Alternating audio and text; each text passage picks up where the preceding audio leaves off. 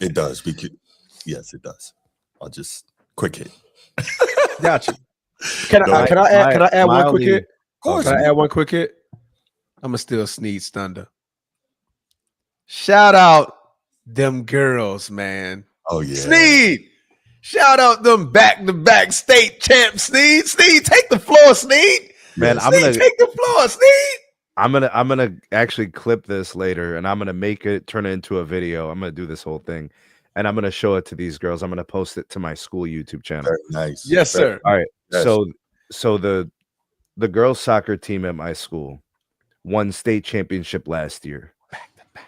They did it with Miss Ohio, Tessa Knapp, who broke the school record for goals as like a junior or something. She broke the state record for goals like halfway through the season or something. Dang. She went to nationals. She literally is at Notre Dame right now. Get him. I'm not. She's Irish, bro. I'm not talking about Notre Dame of Ohio or whatever. No. We're talking about actual Irish. She is Irish, bro. Get him. Look up Tessa Knapp. She is it. She is the one. She is her, or whatever you want to call it. That is what it is. So they were incredible last year. It was a magical run. They had tons of talent. Seniors graduated. All the leadership, everything gone, right? Nope. We got sophomores, juniors, even a freshman scoring goals in the championship and the semis. They go back to back, the most unthinkable back to back championship. We're so proud of them. We're so happy for them. Yes, it's an incredible thing. And I swear to you, Bruce, Transformer, I'm looking at the three-peat next year. Yes, talk, girls. Go. Let's get it. Because we got freshmen, sophomores, and juniors leading the way this year. So they're going to run it back and defend it next year. Okay, yes, sir, man. If there's such thing as a dynasty, this would be the closest thing in a high school dynasty. And the boys are going for the championship today in Columbus.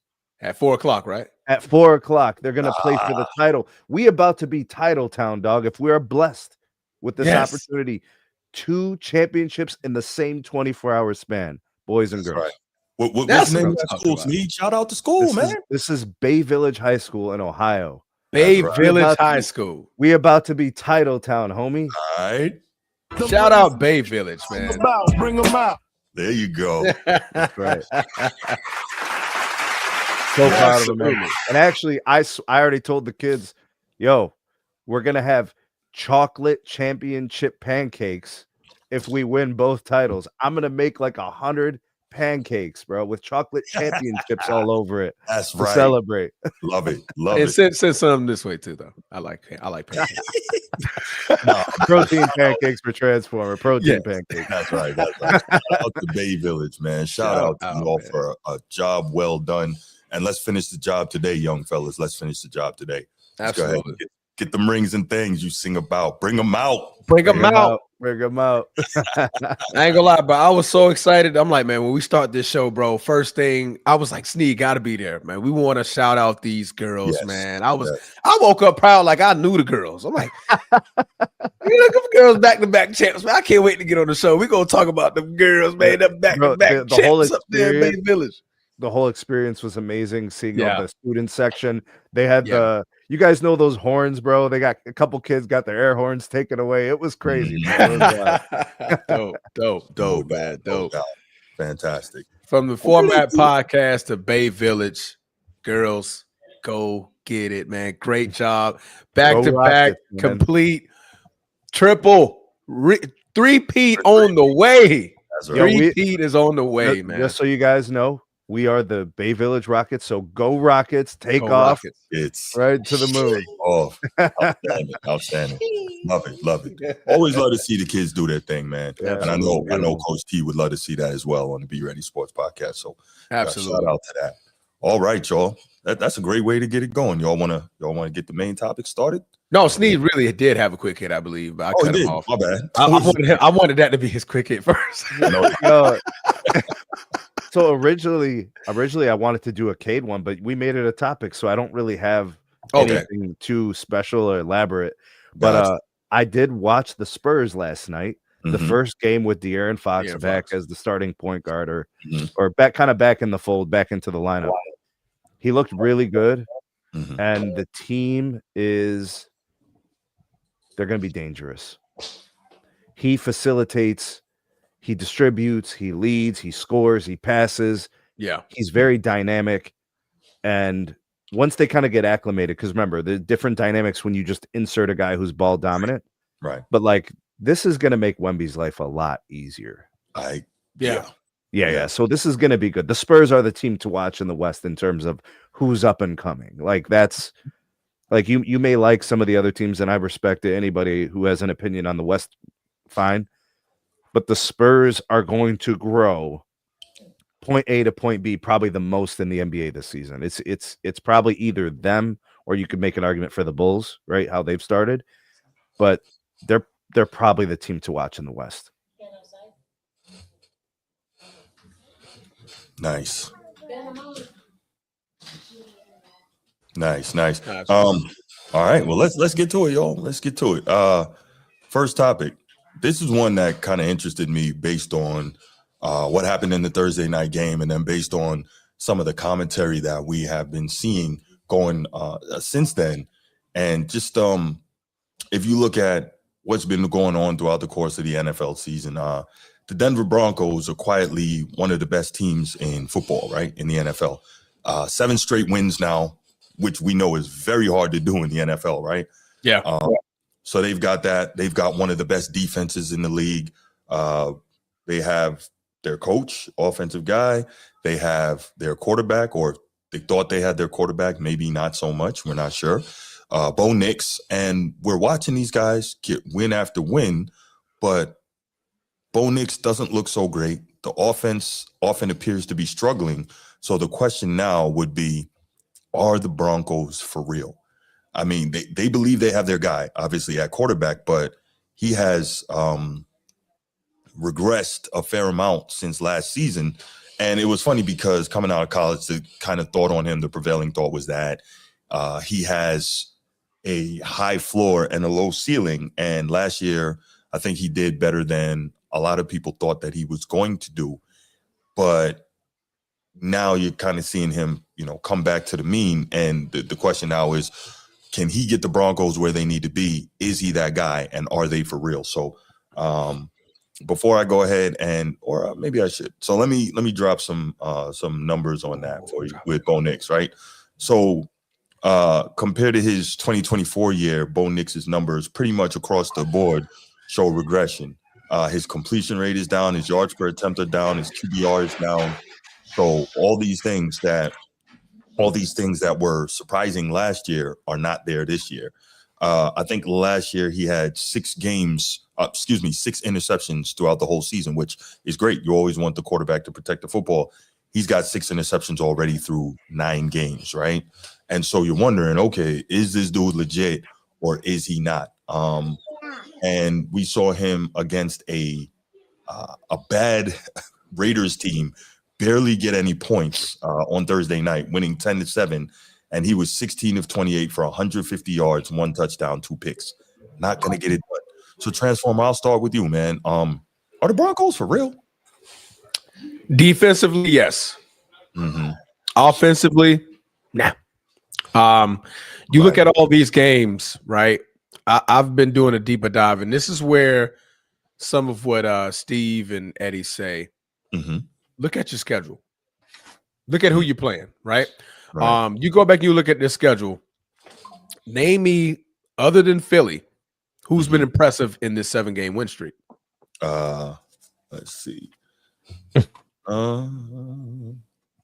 So I'll give Houston, even though they're not necessarily an impressive team per se. Yeah, but but the Transformer's right, Bruce. It's not just who they beat, but look at the scores. Look at the scores. I get it. It's not like you're blowing anybody out, but Dallas. Really, they beat a bad Jets team by 2, right? Broncos versus Raiders, 10-7. Right. Broncos versus Texans, 18-15. Yeah, that's not supposed to be happening. On average, that's a margin of victory of 3. Yeah, no, I get it. And they're home in one of those games. So, right. They beat the Jets 13-11. But there is something to be said, though, guys, about winning being hard in the NFL. And if you're on a 7-game win streak, that says something regardless. But why is it hard in these games? Why is it so hard in these games? Because Texans have lost games by greater margins. The Raiders have lost games by greater margins. The Jets have lost games by 3 TDs. So I guess the question would transform. I guess part of the question there would be who can we name at the Broncos skill positions? Like they're not too gifted there, right? Yeah, Cortland Sutton, maybe J.K. Dobbins off of his third ACL. They're nice players. Right. Yeah. They have decent players. I don't think anybody is jealous of their weapons or afraid of their weapons, right? But listen, I'm not trying to cape up for Denver at all. That defense is elite, but clearly I think the big problem is Bo Nix's regression and not having a quarterback that's doing the things that Sean Payton needs, right? Now, he's supposed to be an offensive genius, so he better figure it out and scheme it up so his guy can have success, because this is the guy that he said he wanted so badly when he watched him in college, and then he made sure he got him in the draft, and he got Russ up out there to get to be able to get him. And don't get me wrong, I'm not trying to say Russ is still Russ, but you get the point I'm making. So, yeah, Transformer Man, well, where are you on this? Because, again, I got to hold real quick. There's something to be said for, again, winning 7 straight in the league. And I get your point, but they've won some games big. They've won some games close. And I often look at it as maybe you're struggling against bad teams, but always finding a way to win. Generally, to me. There you go. There you go. Put a pin in it right there, Bruce, because that's where I'm getting into. Okay. Bo Nix's numbers have regressed, but his clutch gene has matured. Two things can be true. Your numbers across the board, regression, right? You're like, okay, completion percentage lower, interceptions higher, things of that nature. But if you go back and you watch all these games, the biggest common denominator in all these wins that were close was Bo Nix in a game-winning drive. Bo Nix with a 20-yard scramble. Bo Nix with a 15-yard pass to a tight end. Cortland Sutton deep in the left corner or something like that. The comeback game against the Giants, they had to score 33 points, right? Yes, sir. That was Bo Nix in the fourth quarter. They scored 33 points in the fourth quarter? Fourth quarter. Fourth quarter. They scored 43 points. The Houston game, that was off of a game-winning drive from Bo Nix. The Dallas game was a blowout. The Jets game came down to him needing 3 points. Bo Nix went down there and got you 3 points. That's right. The Philly game, I can't remember, but I want to say the Philly game was also a game-winning drive. Excuse me. It was also a game-winning drive. But the thing about Bo Nix is that his clutch gene is maturing. Everything from quarter 1 to 3, we're trying to figure it out. It's like they're trying to figure it out. But when he needs to turn it up, he's turning it up pretty well. And I'll give him a little grace. One is being your second year. There's more tape on you. They understand what you're doing. And then on top of that, you've also mentioned they don't have any true threats at the skill positions to make him a little bit better. So they go into the draft or something like that and go get these skill position guys that can mature Bo Nix into where now quarter 1 through 4 he's playing relatively well and he doesn't need those fourth quarter comebacks. So I'm not ready to say the Broncos are for real totally, because right now what they're showing me is that they're taking care of they're not playing with their food. Don't play with your food. You know you're better than these teams that you're playing for 5, 6, 7 straight games, with the exception of Philly. You know you're better than them. Go take care of business and take it home. Hi. She had to say hi. She wasn't gonna stop. She had to win. You want to say hi, Baba? Here. Say hi, everybody. Hey. Salam, little Sneed. You see them, Yana? That's the newest edition. That's the prototype. But yeah, man. For Denver, their defense, 100% legit. Even without Patrick Surtain, they're still holding defenses to 15 points and 7 points, respectively. Still, they're like 4th in the league in scoring 15. defense. 15. Is it 15 now? Okay. No, I'm talking about the last two. I'm talking about the last two scores. Last two. Okay, I got you. Yeah. Okay. Houston held them to 15. Okay. Vegas held them to 7. Right. Mm-hmm. They're number 2 in total defense. So that's what's been putting Bo Nix in comfortable positions to where, like, hey, we're still trying to figure out in quarter 1 through 3, but in the fourth quarter, if the defense gets a stop, Bo Nix goes to score. Mm-hmm. That's what I'm impressed about for Bo Nix this season. But are they for real? Not yet, because I feel like when they get in the playoffs, they run into the Bills, they run into Kansas City, they run into the Ravens, they run into the Charge. Well, I think the Charge game would be really competitive, even though they lost them. They lost against them this year, but their 2 losses are against the top tiers: Indiana, Los Angeles. So that gives me a little cause to pause in their win streak so far, but they're growing, they're maturing for sure. Okay, all right, not bad. Well, they got the Chiefs next game. That's going to be a big time test, divisional rivalry. Then they got the Raiders after that. So no, I'm sorry, they got the Commanders, who will likely be without Jalen Daniels. Oh, touchdown, Penix. Drake London, Penix. You always do that, Bruce. Come on, man. Is it really necessary? We know. We know who the quarterback of the Falcons is, bro. You never know who the new viewer may be. Yeah, no, I'm a Penix fan. He's a lefty. You know, I love left-handed quarterbacks. He's a lefty for the most part.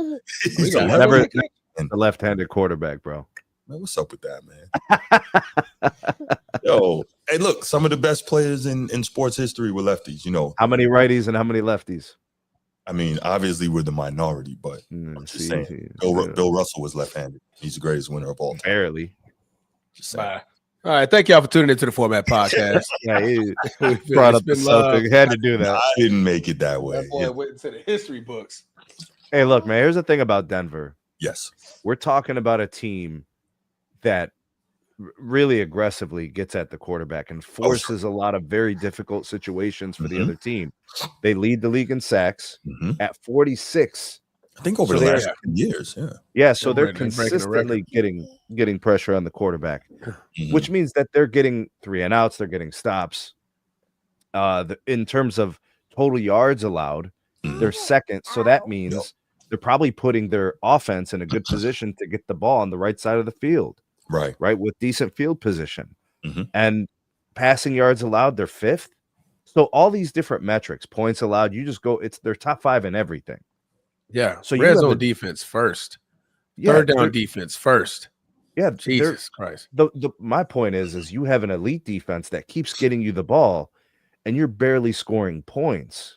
Yeah. And then you guys spoke to the regression in terms of TDs to interceptions. So are we really going to sit there and make excuses, or can we point to a guy like Baker Mayfield, who has basically produced every week, regardless of who's suiting up and who's healthy? Yeah. Versus, you could say, well, does Denver have all the talent? Well, they're rushing the ball well. They average 130 yards a game. That's good for 7th in the NFL. If we look at the top teams in the league, how many have a top 7 rushing team and then a top defensive team, and they're struggling? They're barely winning games by the skin of their teeth.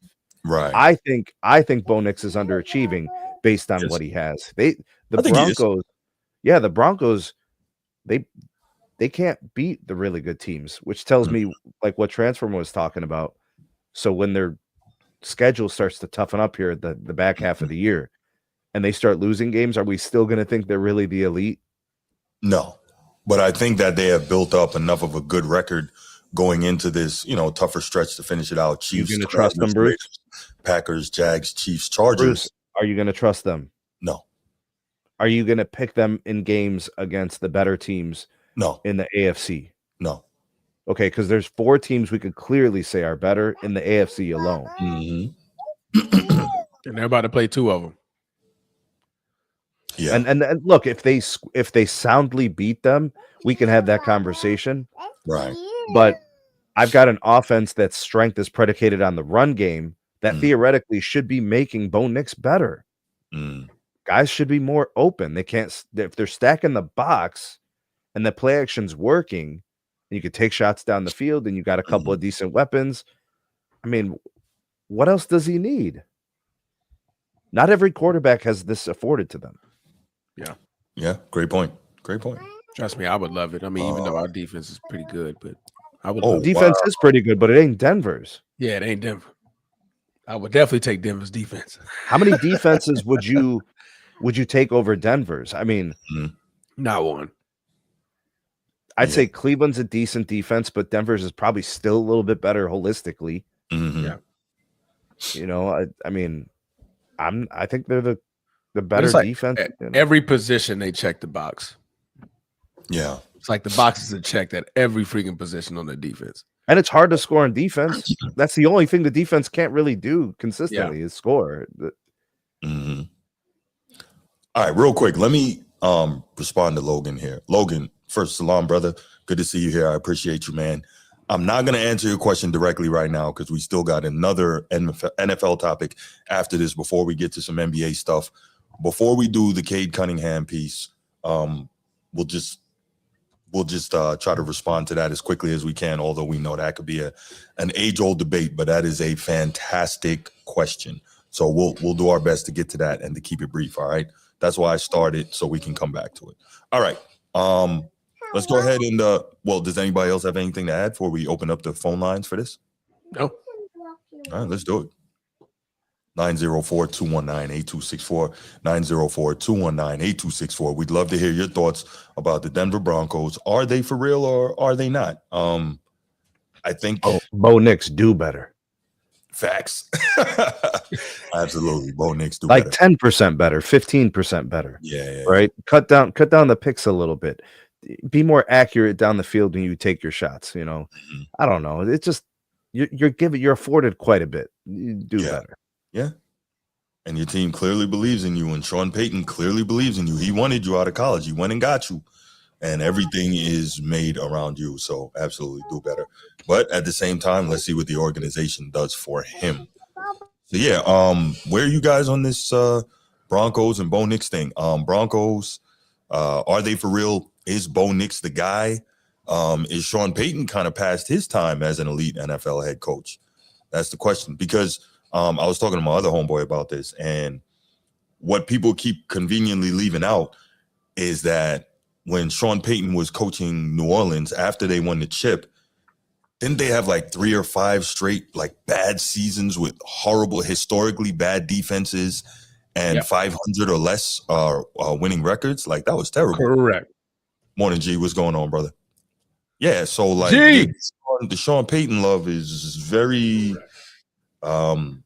obviously he's a champion. There's a lot of coaches that aren't, but Rook, I would take Marv Levy over Sean Payton, you know, but because Marv Levy didn't win a chip, he's not going to get his due. And I get that, you know, winning is serious. That's the end all be all in the NFL. In the A all be all, as your boys say. You know, I don't know when rings became the A all be all.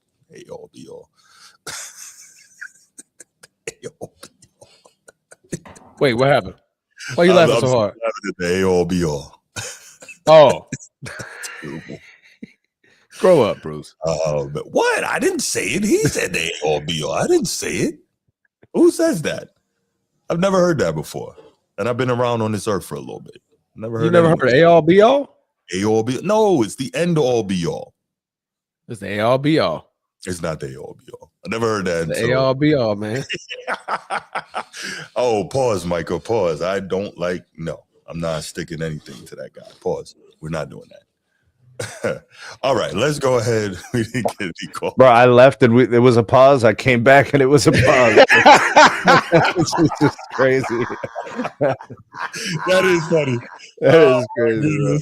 I left on the pause, came back on the pause. Yeah, what are we doing? Not paused the whole time, bro. Like, what's up? What are we doing? Oh man!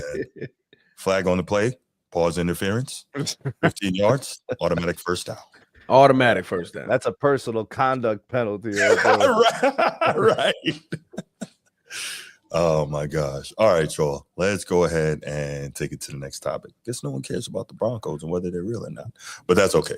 I think people know, Bruce. I think they see it like I think people see it like us. I don't think there's much pushback unless you're gonna get some fanatics out of Denver. I don't know. Yeah, maybe so. All right. Well, let's do this.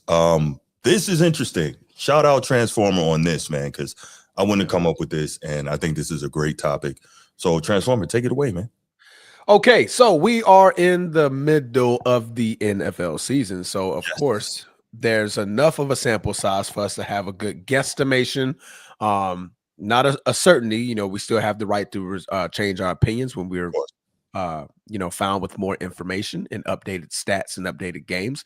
But we're midway through the season, and we decided to do our mid-season NFL award talk. So that's from MVP, Coach of the Year, Offensive Player of the Year, Comeback Player of the Year, things of that nature. So let's get this thing popping, y'all. What do we want to start off with? Which NFL award we want to start off with? You know what we got to start off with, man. You know what time it is. We want to go from the top, from the MVP? You already know what it is. MVP? Okay. All right, so let's do the MVP mid-season, not end of season. If the MVP race ended today, right? Sneed, top 3 candidates, starting with 3. 3? Oh, I didn't. Okay, top 2. I want me to do top 2. You want to just do the one? I just did my one. I can did the one, but I think 3 is good because it leaves a lot of discussion. You know, like you can say, well, I talk through who you give the edge to and stuff like that. All right, so top 3. Let's go. Myles Garrett at 3. Ooh. Let's go. Baker Mayfield at 2. And let's go Josh Allen at 1. Wait, Sneed, how you doing this? Let's go by award. Let's go by award. I thought you said MVP. Yeah. Oh wow, okay. All right. Carry on. Wow. I don't appreciate you said to start. You wanted to start off with MVP. No, I think I know what Bruce is saying. I was shocked because he had a defender in that list. See, was this is what I got it. This is what I want to talk about. I'm with you on it. It shocked me. Sorry. This is why I wanted to. This is why I want to do this. The reason why I want to do this is because we are stuck in. I think the doldrums of MVP voting.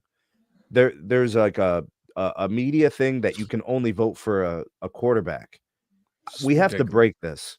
We have some of the most incredible defenders in the game.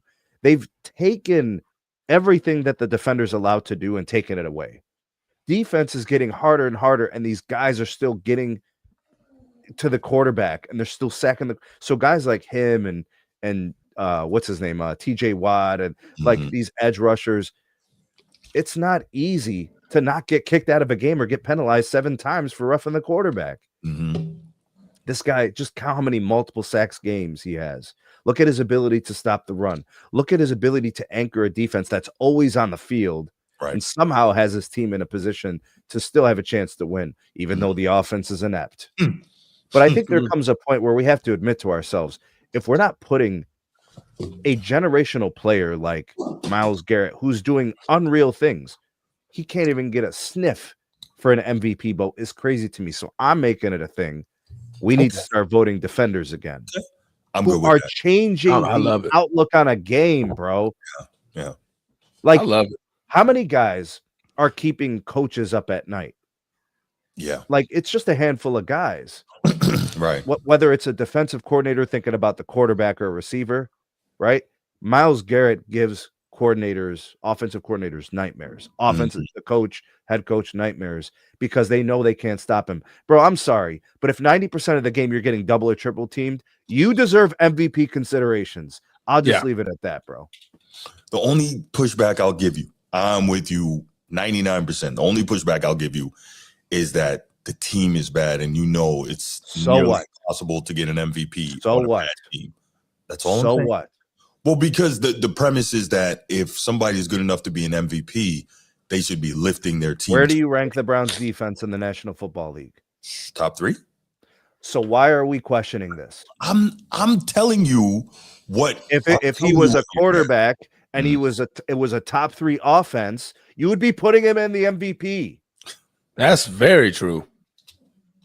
Damn, that was a good one, Sneed. No, but they would say if he's not winning, they would say he's putting up empty stats. How do you win if you can't do that? Okay, what defenses score? It's how do you score? I mean, the guy's got strip sacks, the guy's got pressures, the guy's got QB hits. He stops the run. There's nothing he can't do elite. I'm not disagreeing. That's a good one. I'm just telling you how it'll be framed. That's all. We got to change it though. The narrative continues to be quarterbacks are MVPs. Well, then just call it the MVP quarterback award. Yeah.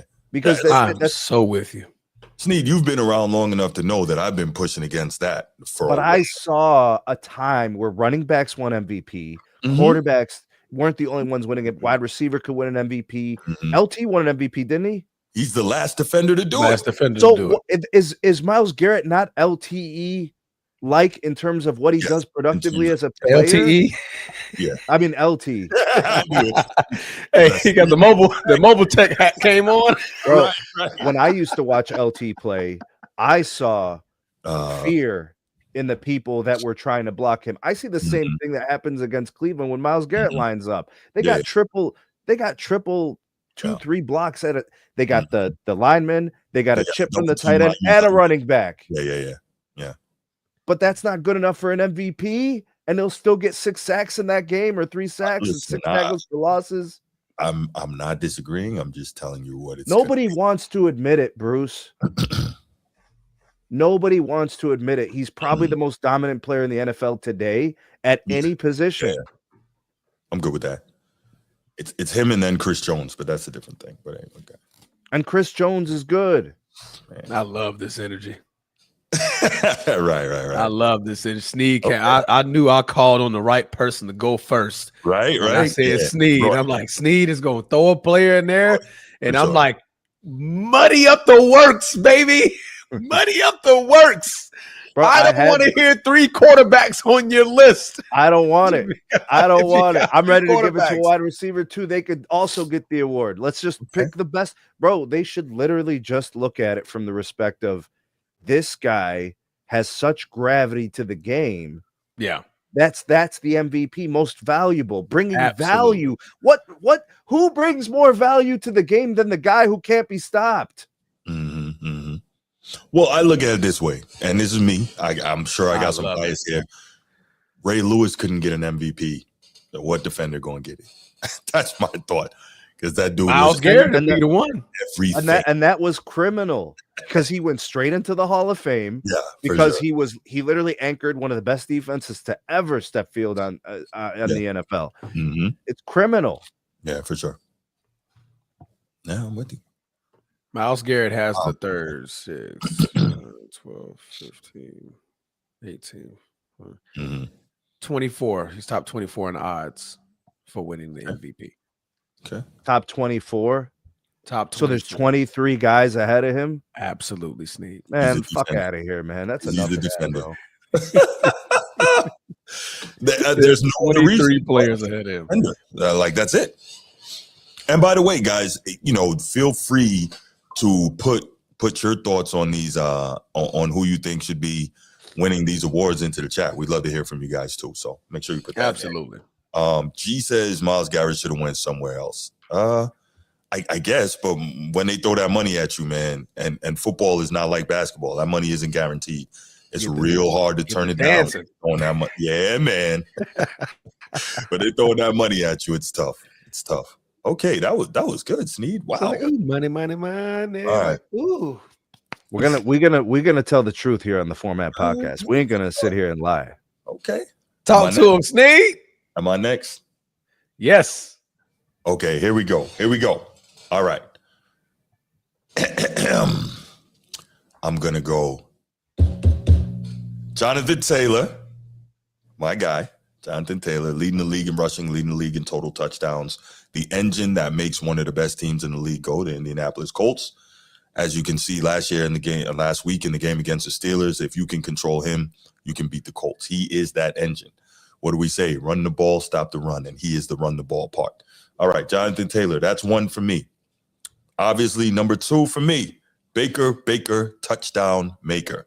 Now, his numbers have fallen off slightly. We talked about the fact that so many of his elite weapons throughout the course of the season have been injured. But at 6-2, I think Tampa Bay had a bye last week. At 6-2, Baker has kept them right there in the mix. Division lead, one of the better teams in the league, winning despite who goes out there and lines up with him. And that's really, testament to what he's doing and how outstanding he is as a player. 3, this is going to surprise you guys. Drake May. Nobody expected. You went first, second, third, or you went third, second, first? 1, 2, 3. You went 1, 2, 3. Yeah. You went first, second, third. Okay, I'm like, wait, you got Drake May as the leader? Okay, got it. Okay, so right. JT is your 1, Baker's your 2, May is about to be your 3. Yeah, man. Drake May is right there in the league lead in a lot of, among the league leaders in a lot of categories. 21 touchdowns, 3 picks in his second year. Does not necessarily have elite weapons. He's got Stephon Diggs, but that's an elite weapon. Yeah, but his numbers aren't crazy, so it's not like he spreads the ball around. I'm getting there. He spreads the ball around. My bad. You good, Steve? You good? 2,450 passing yards, 21 touchdowns, 3 picks for a 108.6 passer rating, and New England, I think, is 6-2 on the year. Right there with the Bills for the division lead. No one expected that. Drake May is balling, y'all. Drake May is balling. I think that he should be right up there in that discussion for MVP. Probably won't win it, but should be in the discussion. But by the way, quick side note. Can y'all believe Pat Mahomes is up there among the leaders for MVP in the discussion? Like, we understand how great Mahomes is. We get it. But that doesn't mean he should be up there. He's not there this year. You know what it is, Bruce? Every year is a new story. Yeah. You get that. I get it. Transformer gets it. Ooh. There's something about like the legacy seasons that just automatically qualifies him. Unfortunately. Yeah. But we're looking at all these other things. Like you brought up Drake May, what Baker is doing. I'm bringing up defenders. Damn it! We're going with the things that have not only surprised us, but we're looking at some of the overachievement in a way, right? Yeah. So I don't know what Transformer does with his 3, but I think we're always looking for that big story. Yeah. I don't know. What's the big story about KC? It's not the big story. This is what it is. It's the overarching historical narrative. What they want is to continue to push this, and I guess it's fair, but this Brady versus Mahomes thing in terms of Mahomes chasing the GOAT, right? So let's say Mahomes doesn't win any more chips. You have to have the other stuff to stack up in the argument against Brady, right? So I think that's what it really is. They're not ready to give up on the whole, because I think they got to it a little bit early terms of the, can Mahomes be the GOAT? Yeah, they much too early. Yes, because let's be real. His career started off probably greater than any other quarterback ever, right? Damn near every quarterback. Right. So it was incredible. Great point, G. Great point. It sells more tickets. Absolutely, bro. So when you have that going on, I think that's how they look at it. So they're like, to G's point, it sells tickets and we can market this thing. Because also Brady wasn't that long ago, right? He's only been retired a couple of years now. So and with him being a regular analyst for Fox Sports, it's not like he's out of the public consciousness. So the NFL is thinking, okay, we can still really push this thing. And maybe even they're looking at the NBA and thinking, LeBron and Jordan, this thing made the league so much money. Why can't we do Brady Mahomes, right? In a similar fashion. You know what I mean?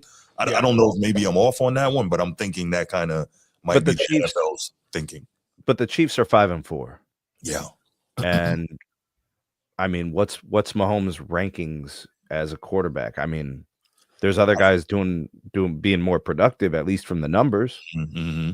And there's other teams with more team success. Mm-hmm. I don't really see how he gets a top 3 or even a top 5 consideration. See, he's third in the league in yards. I'm just telling you, we all know here how this media thing works, right? Right. I went to school for it. You guys are in it now. We all know how this thing works. We know how certain storylines get more attention, right? I'm sure when we talk about a certain guy, later in this show, maybe we get a little uptick in the viewership and maybe certain other people pop up in the chat, right? Yeah. We know how this media thing goes, and we know how it works. And so I think that's part of it in terms of the always keeping Mahomes near top of mind, right? Because even if he doesn't win, you still have to consistently be able to sell that Mahomes versus Brady. Can Mahomes be the GOAT? Blah, blah, blah. Until someone clearly unseats him in the AFC, right? And even then, it's going to be, okay, how can we handle this? Whether it's Josh Allen, whether it's Lamar Jackson. Oh boy. I'm sure they being the powers that be, would love to see it be, one of the Sunshine Twins, right? But until someone clearly unseats Pat Mahomes, he's going to always get the benefit of the doubt based on what he's done. Yeah. I look at the betting odds, and you look at that. They look at it as a whole season thing. No. They don't do it update week by week. They look at it as, okay, what's the trajectory? What's the likely downside of this player? And what's the likely upside of this player? As we know, when it gets cold, shit gets different. And I think they're leaning on the Patrick Mahomes piece, like, hey, they're 5-4. Mm-hmm. Pat is about to get stuff ugly, right? He has all his weapons back. Xavier Worthy, Rashid Rice, he has Travis Kelce, he has Pacheco, he has Juju Smith-Schuster, he has Taquan Thornton at his receiving core. Mm-hmm. And you look at it as okay, they're not going to lose more than 2 games for the rest of the season. I think that's what they're banking their money on right now to keep him in this race. Because he's right there, top 5-ish when it comes to all the statistical categories. You're looking at touchdowns, he's top 4th. You're looking at yards, he's 3rd. The thing that's not the bright light is his pass rating is a little bit lower than he would like. Completion percentage, like right around 64.6%. So it's not like your typical Pat Mahomes numbers, but it's looking better than the previous couple of seasons that he's played. But that's what I think they're looking at. Also, to your point, they need this to be close to a Tom Brady, Peyton Manning type of argument in the AFC. Josh Allen was your MVP last year. Yeah. Patrick Mahomes needs to be arguing for MVP for the next year. But check this out, Transformer. We got 9 games for the Chiefs this year have been played. All right. He has several games with 1 or 0 TDs. Yeah. Multiple, like 4, 5. So half of this year, he either has 0 TDs or 1 TD. Which means his numbers have been predicated on 3 or 4 games where he threw for 300, 299 or whatever. And he's got the Ravens game, he had 4 TDs. Yeah. And then against the Raiders, he was 3 TDs. Against the Lions, he was 3 TDs. There's a couple signature wins, but he had a 44% passing percentage last week against the Bills. Mm-hmm. He threw 0 TDs. Yeah. He threw a pick. There's some real duds in here. So if we could project, like you said, the rest of the season, but I've got a half a season to take the 9 games, and then half of those games he's been awful, not average, below average, bad. Yeah, but I think they're looking at those bad games as those were games, with the exception of the Bills, he was leading his own team in rushing. So they're adding that too. They're like, all right, the man, even in his bad throwing games, he was leading his team in rushing yards. He led it at one point. At one point, he led the team for the season. But where I'm going with this is, I'm looking at the 9 games he's had, and then the 9 games that Baker has had. Baker's been better more often. And in Baker's best games, he's even been better than Mahomes in his best games. But Baker doesn't have the odds that Mahomes does. No. Yeah. Baker's odds are currently 6th, while Pat sits 3rd. Yeah. We know what it is, though, Sneed. And it's no slight on Mahomes to say that he shouldn't be in the MVP discussion this year. These guys, unfortunately, but Bruce, this discussion, unfortunately, has us pinning guys against each other. It's not like what a guy is doing on his own accord. We're not saying, like, oh, this is Mahomes versus himself. There's other guys doing much more. And you know what? We didn't even mention Matt Stafford. So I didn't go yet. My bad, brother. My bad. Let's get it. Let's get it. You know him too well, bro. You know him too well. Yeah. So, yes, sir. Top 3 for the Transformer. Number 3. It took me some time to think. Okay. Because my number 2 and number 3, I feel like are very, very close and very, very tight in this battle. And I'm going to give the edge to the guy who's dealing with more injuries and willing his team to game-winning drives, being the alpha and the omega when necessary in the fourth quarter. So he's going to stay at number 2. Number 3 is going to be Matt Stafford. Okay. Quietly just wrecking the league right now. Yeah. 21 touchdowns, 2 interceptions. Okay, he's got 2 now. Okay. He has 2 picks. There you go. We're halfway through the season. Yeah. Thank you.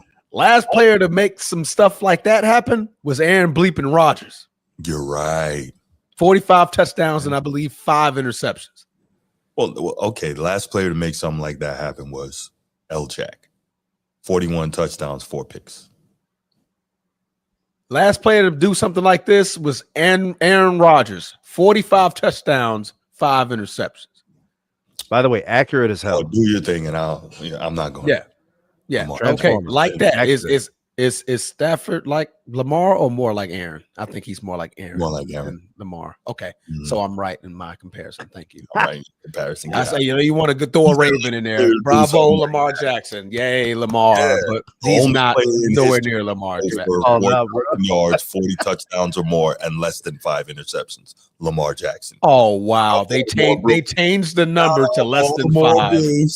They changed the number from less than 5 from 5. I'm sorry. Yes, less than. Yay. So 1 less interception, but 4 more touchdowns. I'm going to give the edge to Aaron Rodgers. I'll take not turning the ball over. Okay. Yeah.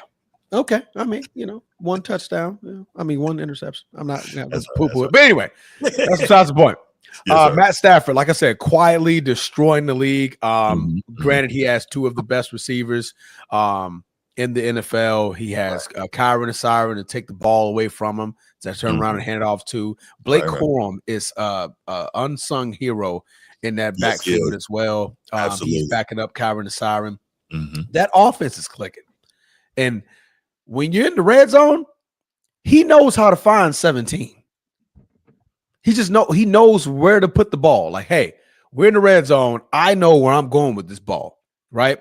Kyron Siren earlier this season had a fumble that cost him the game against San Fran. Other than that, that's pretty much been their only blunder this entire season. Stafford knows, like, now in the red zone, 17 is the first, second, and third option. Facts. From the 1 yard line, from the 2 yard line, from the 3 yard line.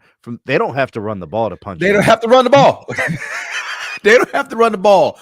I am a great 5 options. Dylan.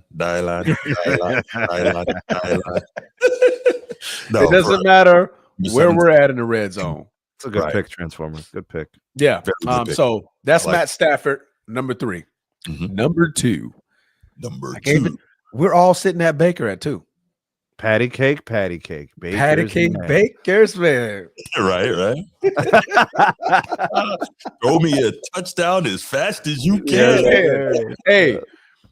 Yeah. Baker Mayfield. Yes, sir. And we said this weeks ago before the bye week. Baker Mayfield has been battling injury-riddled receiving cores all season long. Now running back. Yeah.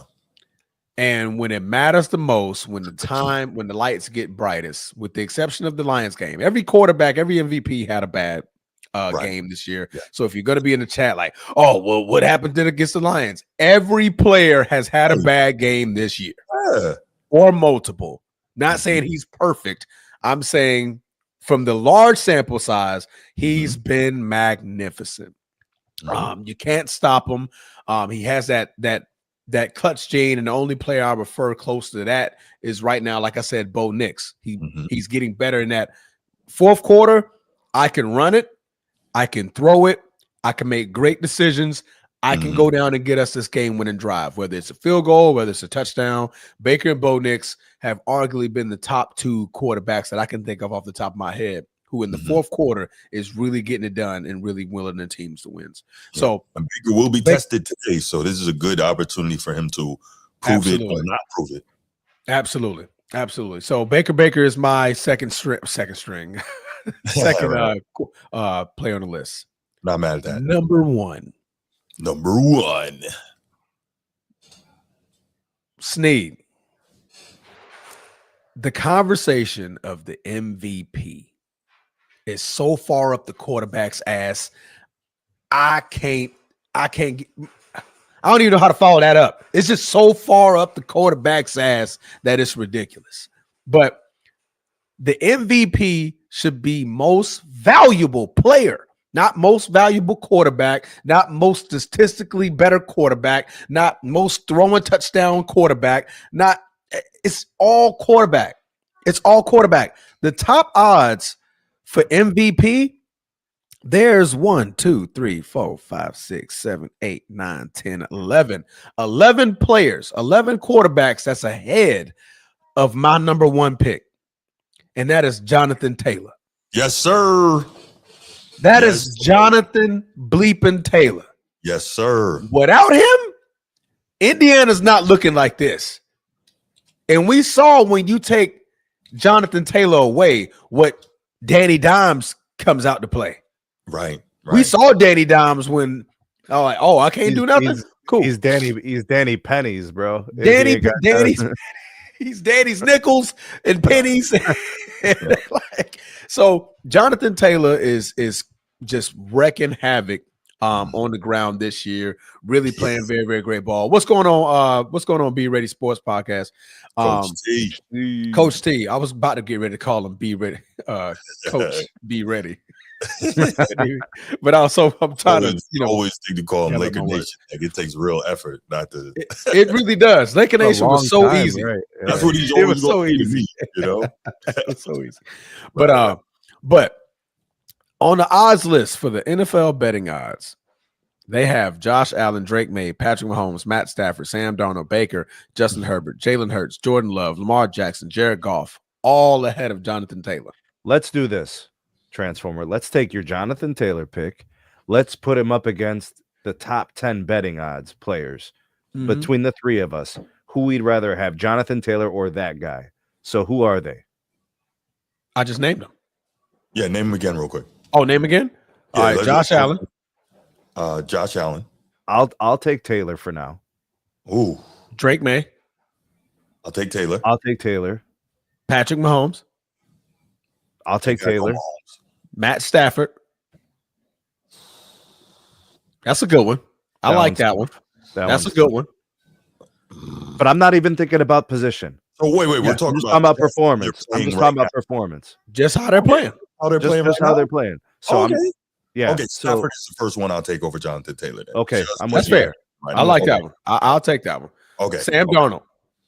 Taylor. Both of y'all gave me the same face. Both of y'all said, wait, Taylor, they got Sam Darnold top 10 for MVP? Yo, Sam Darnold's fifth. He's been balling. It does not matter. But we're going on how they're playing right now, though. He's not playing better than Taylor. He's balling, man. Bruce said, Taylor. Steve goes behind him. Taylor, what are you doing? What is this going on? He's on the list. He's on the list. I can't believe. Keep going, bro. All right, Baker Mayfield. Taylor, but slightly. The better version of flowing hair. Yeah. Taylor. Jalen Hurts. Taylor. Why? I have no idea how he's on that list way up there. Jordan Love. Taylor. Lamar Jackson. Taylor. I'll say it for you. He hasn't played half the season. That's what I'm saying. Jared Goff. Taylor. Yeah, Taylor. Then you get to Jonathan Taylor. Those are all the players that are ahead of him. There's too many guys. He's playing better than it's literally just a positional thing. Yeah. Yes. They're all quarterbacks. Yes. That's how much the MVP award is up the quarterback's ass, that it takes Jonathan Taylor to be putting on a season that he has right now. And Jackson Smith and Jigba is 2 spots behind Jonathan Taylor. You know who's in front of Jackson Smith and Jigba? Daniel Jones. That's how much the quarterback is getting. Daniel Jones balling, but JSN, good God. But we'll talk about him. Going crazy. Bananas. Going crazy. If he was more geographically located closer to the east, he would be getting way more attention. If he was in New York, it'll be a freaking media parade. Oh my gosh. Oh my gosh. If he was in New York, it'll be a wrap. Jonathan Taylor has 1, 2, 3, 4 or 5 games with multiple TDs. Mm-hmm. Yeah, he's leading the league. How many of them with 3 or more, Sneak? Like 3 of them. That's crazy for a running back. Yeah, so they're asking him to carry the ball quite a bit, right? They give him a lot of rushes, but he's averaging like 5-6 yards a carry. Yeah, he's killing. So quick, like they can get first downs just off of his carries, traditional carries. No, he keeps them ahead of the chains constantly. Edward, real quick to answer your question, how did AP win the MVP? That was 2012, if I'm not mistaken. Yeah. The reason he was able to do it is because he came off of that torn ACL.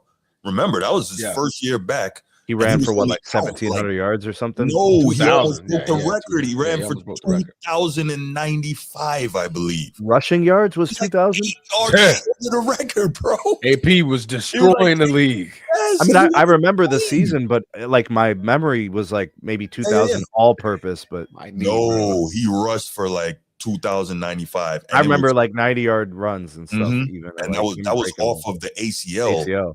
And he had like that record speedy recovery from it. He came back. Yeah, he played in the same calendar year. Yeah. So we'd never seen that before. And not only does he do that, so obviously he's comeback player of the year, and then he just goes absolutely insane. That's how he won it, Edward. So to answer your question.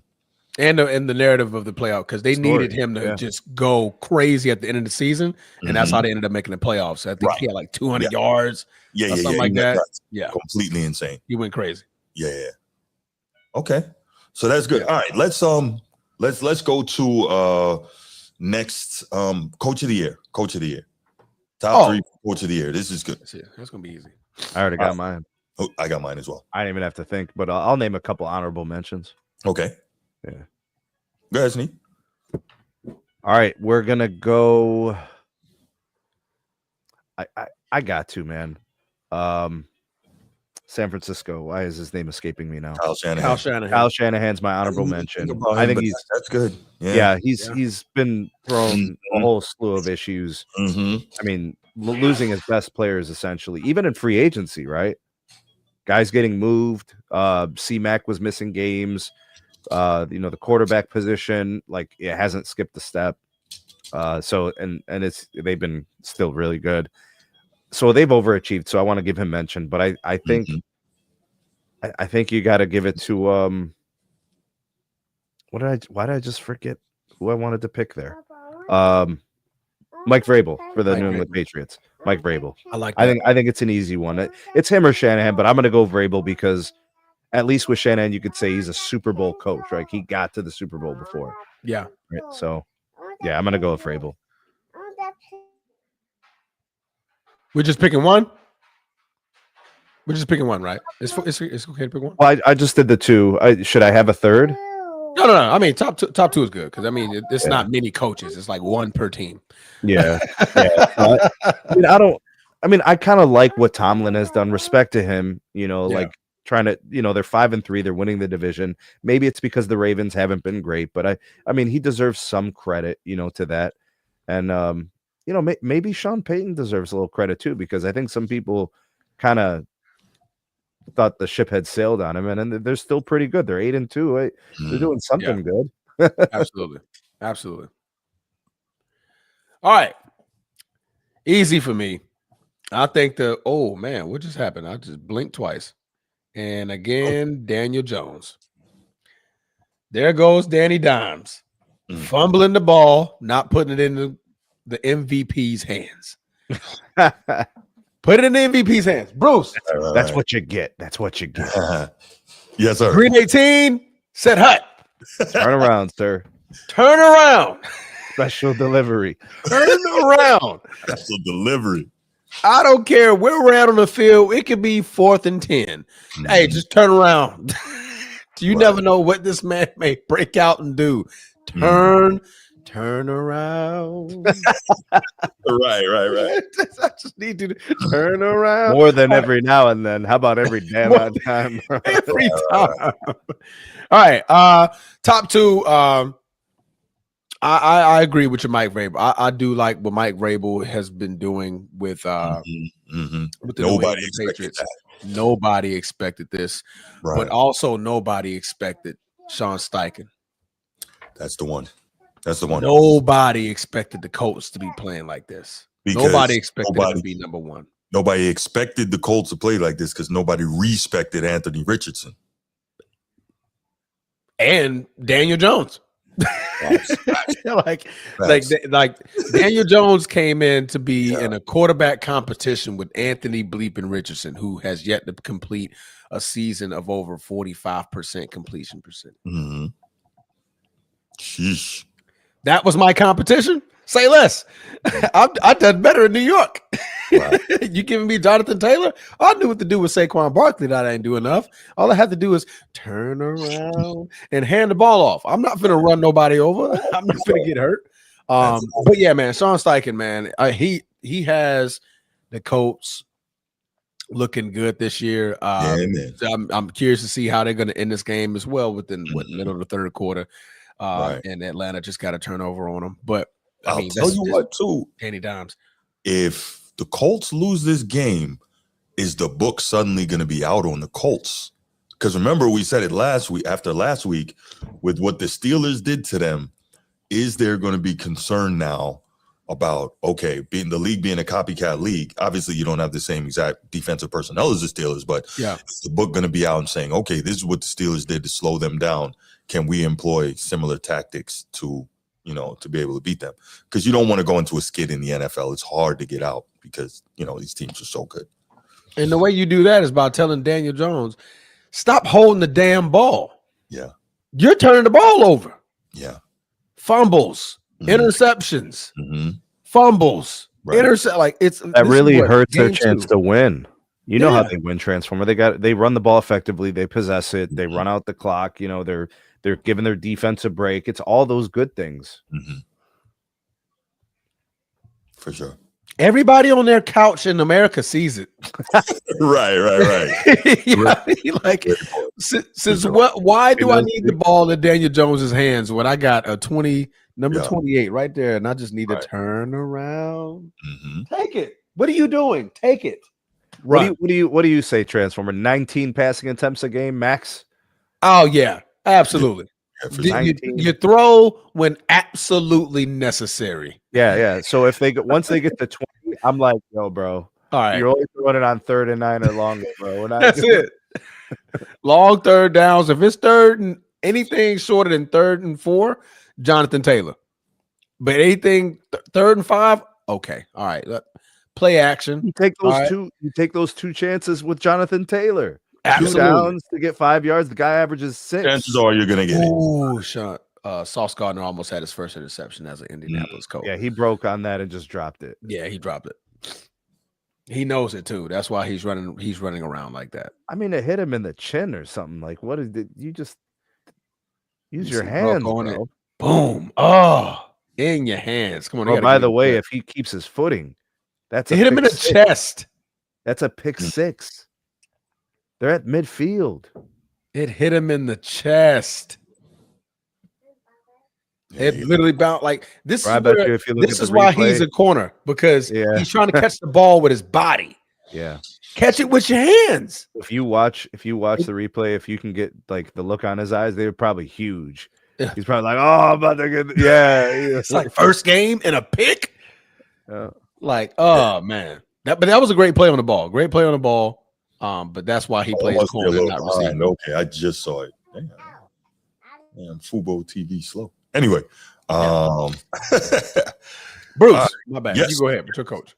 Okay, coach of the year. I got 3. So, starting first, up in the Pacific Northwest, Mike McDonald, former Ravens defensive coordinator. Seahawks are 7-2. As much as I'm not a Sam Darnold guy, he is playing extremely well. And Seahawks are the only team top 5 in offense and top 5 in defense. They're balling. I got to give him credit where it's due. Mike McDonald is doing this thing up there. Yeah. Second, Mike Vrabel. We talked about him. Nobody expected the Patriots to be where they are right now. Could be 7-2 after today. Tough matchup against Baker and the Bucs. So that should be a really good one. Mike Vrabel. And number 1, Transformer just finished talking about him, Shane Steichen. I mean, Shane Steichen is showing that he can coach. Again, people didn't think he could coach because of Anthony Richardson. Now they're seeing when he's got a at least competent guy under center, what he can do. And for the most part, he does have Daniel Jones playing relatively well. Again, we'll see if going through the rest of the season if the book is out on him. But he's got him playing relatively well. Jonathan Taylor's healthy. Hey, Bruce. Yeah. Tell me what you think about this concept, before we finalize this. Sure. What do you think about the fact that a coach achieves and has success, given their players, personnel, all the things we've discussed? But how about a lack of stability or pedigree of success of the franchise? So Indianapolis, largely outside of the Peyton Manning era, they're not very competent. In fact, their owner is a very unusual and peculiar man. But yeah. But you get what I'm saying? I think that's a big part of it, yeah. Yeah, that's so true. if I look at it, damage. I was going to say, if you look at the historical context of some of these organizations, do we give more credit to the guys that go into places that don't have a pedigree of winning? Things are very challenging and they overachieve, maybe? You should, yeah. And I think you should, though. Because, it's the same thing, like I say, when when we do the NBA comparisons across eras, I always say, if we both run 2 miles, but I had to run mine uphill, are you really faster than me? You know what I mean? And I look at that the same way when you bring up your commentary that you made just now regarding, unstable front offices, et cetera. That's a real thing. And agreed. I think that could be extremely problematic and really make it difficult for guys to have success. Sure. And we've got to take that into account. So I'm with you. All right. There goes our coaches of the year. My bad. I was watching the game. All good. All good. I was trying to see if he's just going to turn around and just hand the ball off. Yes, right, so the answer is yes. He is going to turn the ball. Yes, he is. Ball off. All right. So offensive player of the year. Great point. Offensive players of the year. Bruce. Yeah, man. You ready? Yeah. I actually wrote these down here. Let me see. This is why you get a ball to him. Just give the ball to him. Offensive player of the year. There we go. Okay.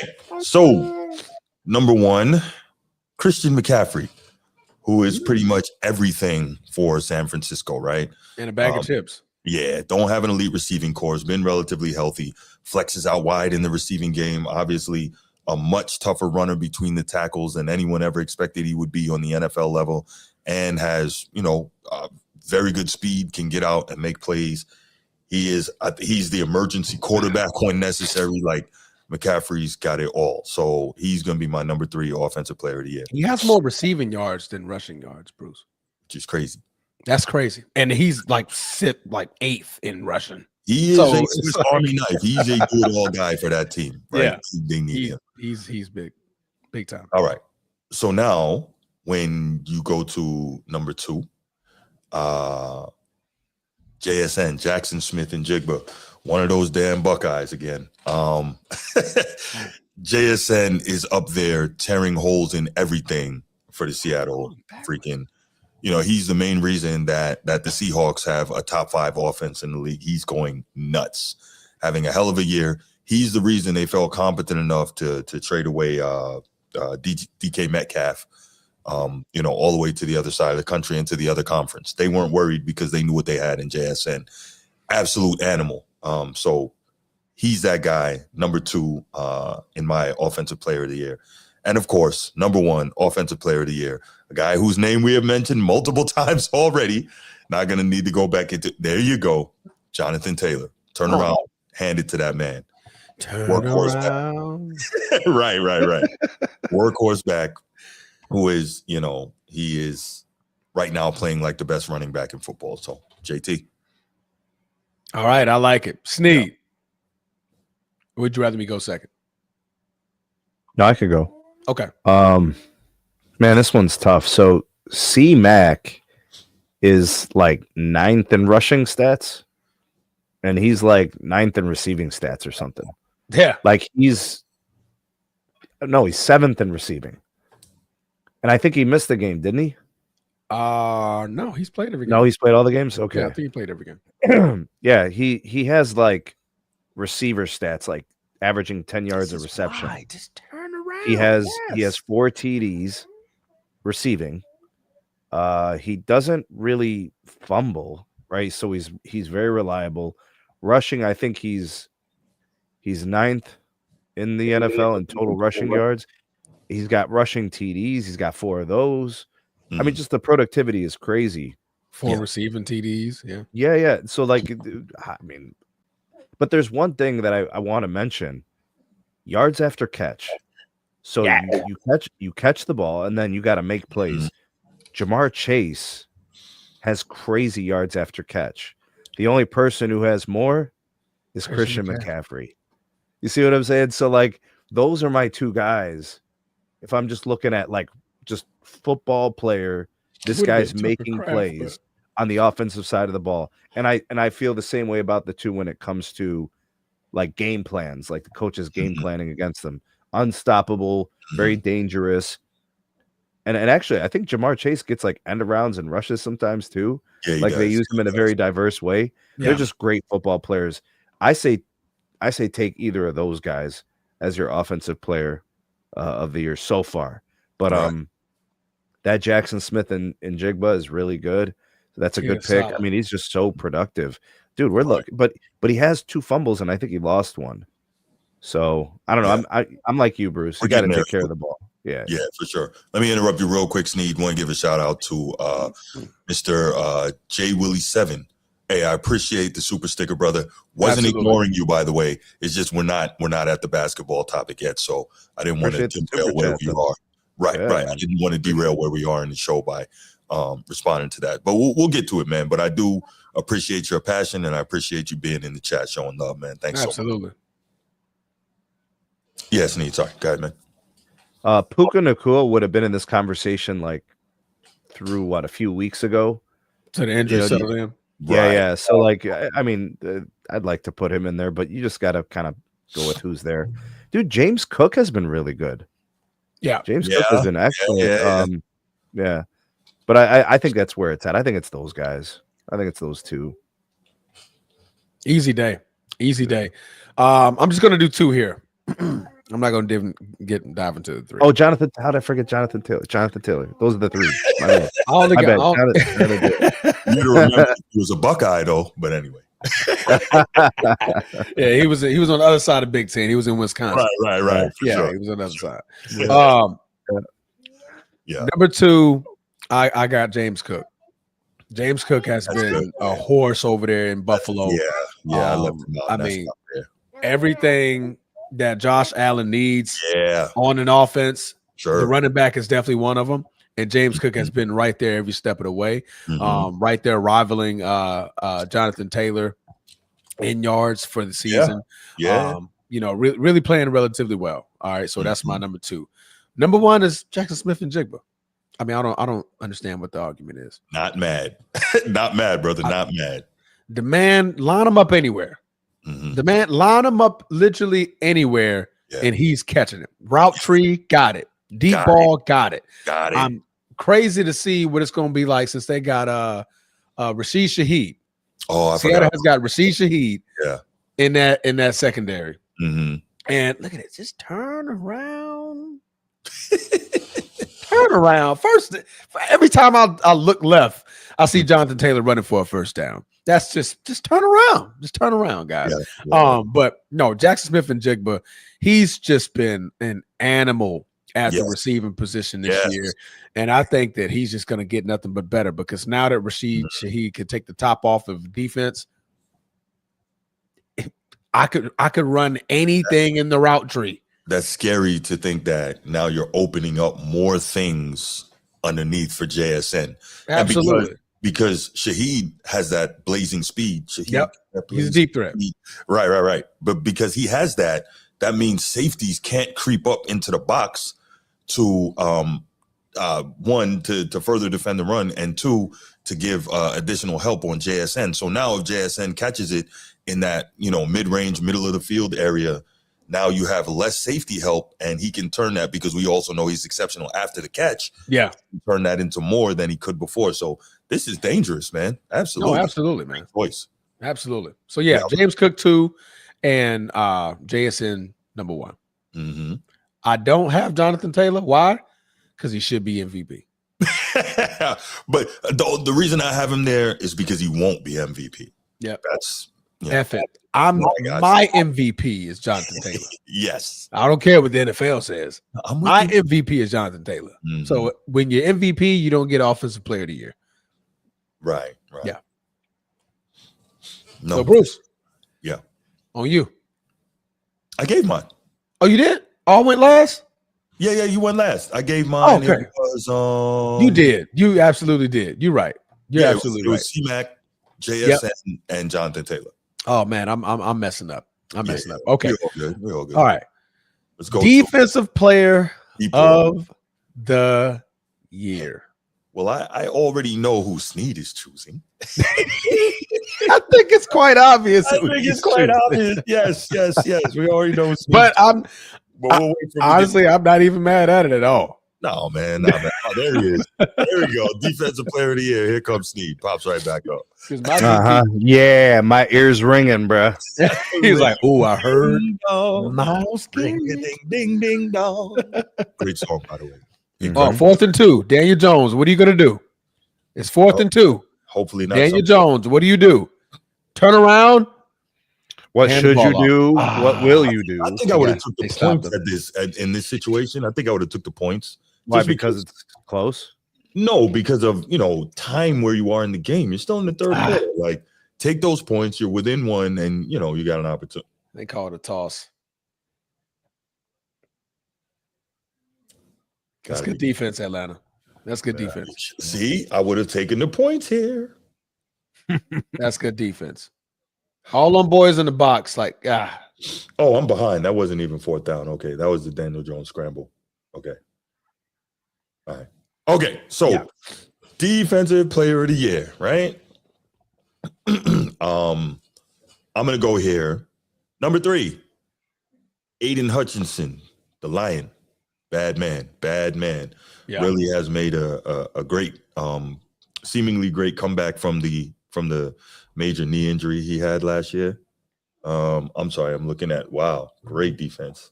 Yeah, that was great defense. Real quick, I never understood in situations like this why teams run to the short side of the field. By the way, you saw who that was on the tackle, right? You saw who that was? Michael Watts. No, it wasn't. It was number 40, JD Bertrand. Go Irish. I already know, bro. I don't even need to know who the player is going to be. I just know where he went to school, bro. Yeah, you just know he's an Irishman. That's it. Man, look, you got your Buckeyes, I got my Irish. But I don't do that, bro. That's because you're too busy stacking chips, man. No, but that was a great play. That is cool that JD Bertrand and Xavier Watts are playing together. That's cool. Anyway, not the point. The point is, I have Aiden Hutchinson, who is getting busy in his return season, and he may be comeback player of the year as well. He's got 7 sacks, 13 solo tackles, and 4 forced fumbles, which I think 4 forced fumbles is almost as important as the sacks, right? Because that's creating turnover opportunities. And he leads the league with 46 quarterback pressures. So number 3 in defensive player of the year candidate for me is Aiden Hutchinson. Number 2, Michael Parsons, who has just breathed a new life into that Packers defense. 6.5 sacks, 9 solo tackles, 44 quarterback pressures, right? So he's right there with, attacking the quarterback and making things hell for Green Bay's opposition. And of course, number one, goes without saying, Myles Garrett, absolute freak. 10 sacks on the year, 22 solo tackles, 1 forced fumble, and a season-high 5 sacks in one game. Now, that said, let's also look at this, right? So far, 8 games, 10 sacks, 5 sacks in one game. That goes to show you 2 things. One, the type of game record he can be. And 2, how much defensive attention he gets that in the other 8 games, he only has 5 sacks. So to Snead's earlier point, the double teams, the triple teams, sometimes quadruple teams, sending player after player after player to keep him off of your quarterback really just shows how devastating of a pass rusher this guy is. So again, 3, Aiden Hutchinson, 2, Michael Parsons, and 3, Aiden Hutchinson, 2, Michael Parsons, 1, Myles Garrett, defensive player of the year. Easy day. I'm going to go ahead and go first because I know exactly where Snead's going to go. My top 3, number 3, Myles Garrett. Number 2, Myles Garrett. Number 1, Myles Garrett. Myles Garrett. I threw Snead off. He was like, 3. That was a special moment in the Format podcast right there. History right there. It's Myles Garrett. Moment. Right. I mean, realistically, Myles Garrett is the runaway defensive player of the year. Runaway. I don't think it's close. If you had to choose 3, I kind of. Yeah. Michael Parsons was actually going to be my 3rd, and I was going to have Nick Bodito for the Denver Broncos at number 2. Okay. But the conversation really is Myles Garrett versus the field. Yes, it's truly versus. That's what it is. As a Cleveland Brown, for a team that gives up the ball offensively and hands it back to their defense more often than not, that dude stays solid, and he will give it right back to the offense in a blink of an eye. Yeah. You talking game record? Ooh, that was almost nasty. You talking game record? Yeah. You're talking anchor. You're talking whether you're running the football effectively. I can get into muddy works of that. And rushing the passer, I mean, who's stopping him? If you don't have a double team on Myles Garrett, Micah Parsons, and TJ Watt, if you don't have a double team on them boys, good luck. Barbecue chicken. It's over. Myles Garrett is bigger and stronger than all of them boys, both of them boys. Don't one-on-one Myles Garrett. And please don't forget that that's your assignment. Well, if you're going to pray for your quarterback. If you're one-on-one Myles Garrett, you only do that in the instance that you are running something completely to the opposite side of the field, like total flow, the opposite direction. Absolutely. It's a screen. Right. A screen, a bootleg, everything completely moving to the opposite side of the field so that you're not dedicating additional resources to Myles Garrett. So no, man, absolutely. It's just he's second in the NFL in sacks. He has a running sack rate of 5%. That's the best mark among pass rushers with 150 opportunities or more. Garrett is also turning 29.4% of his pressures into sacks, which is 3rd behind Burns and Byron Young. That's what's up. We're talking about a defensive player who was more than likely on the field more than his offense. I could see if the Cleveland Browns had an offense that can stay on the field and sustain some drives, who knows what the hell Myles Garrett could be. Yeah.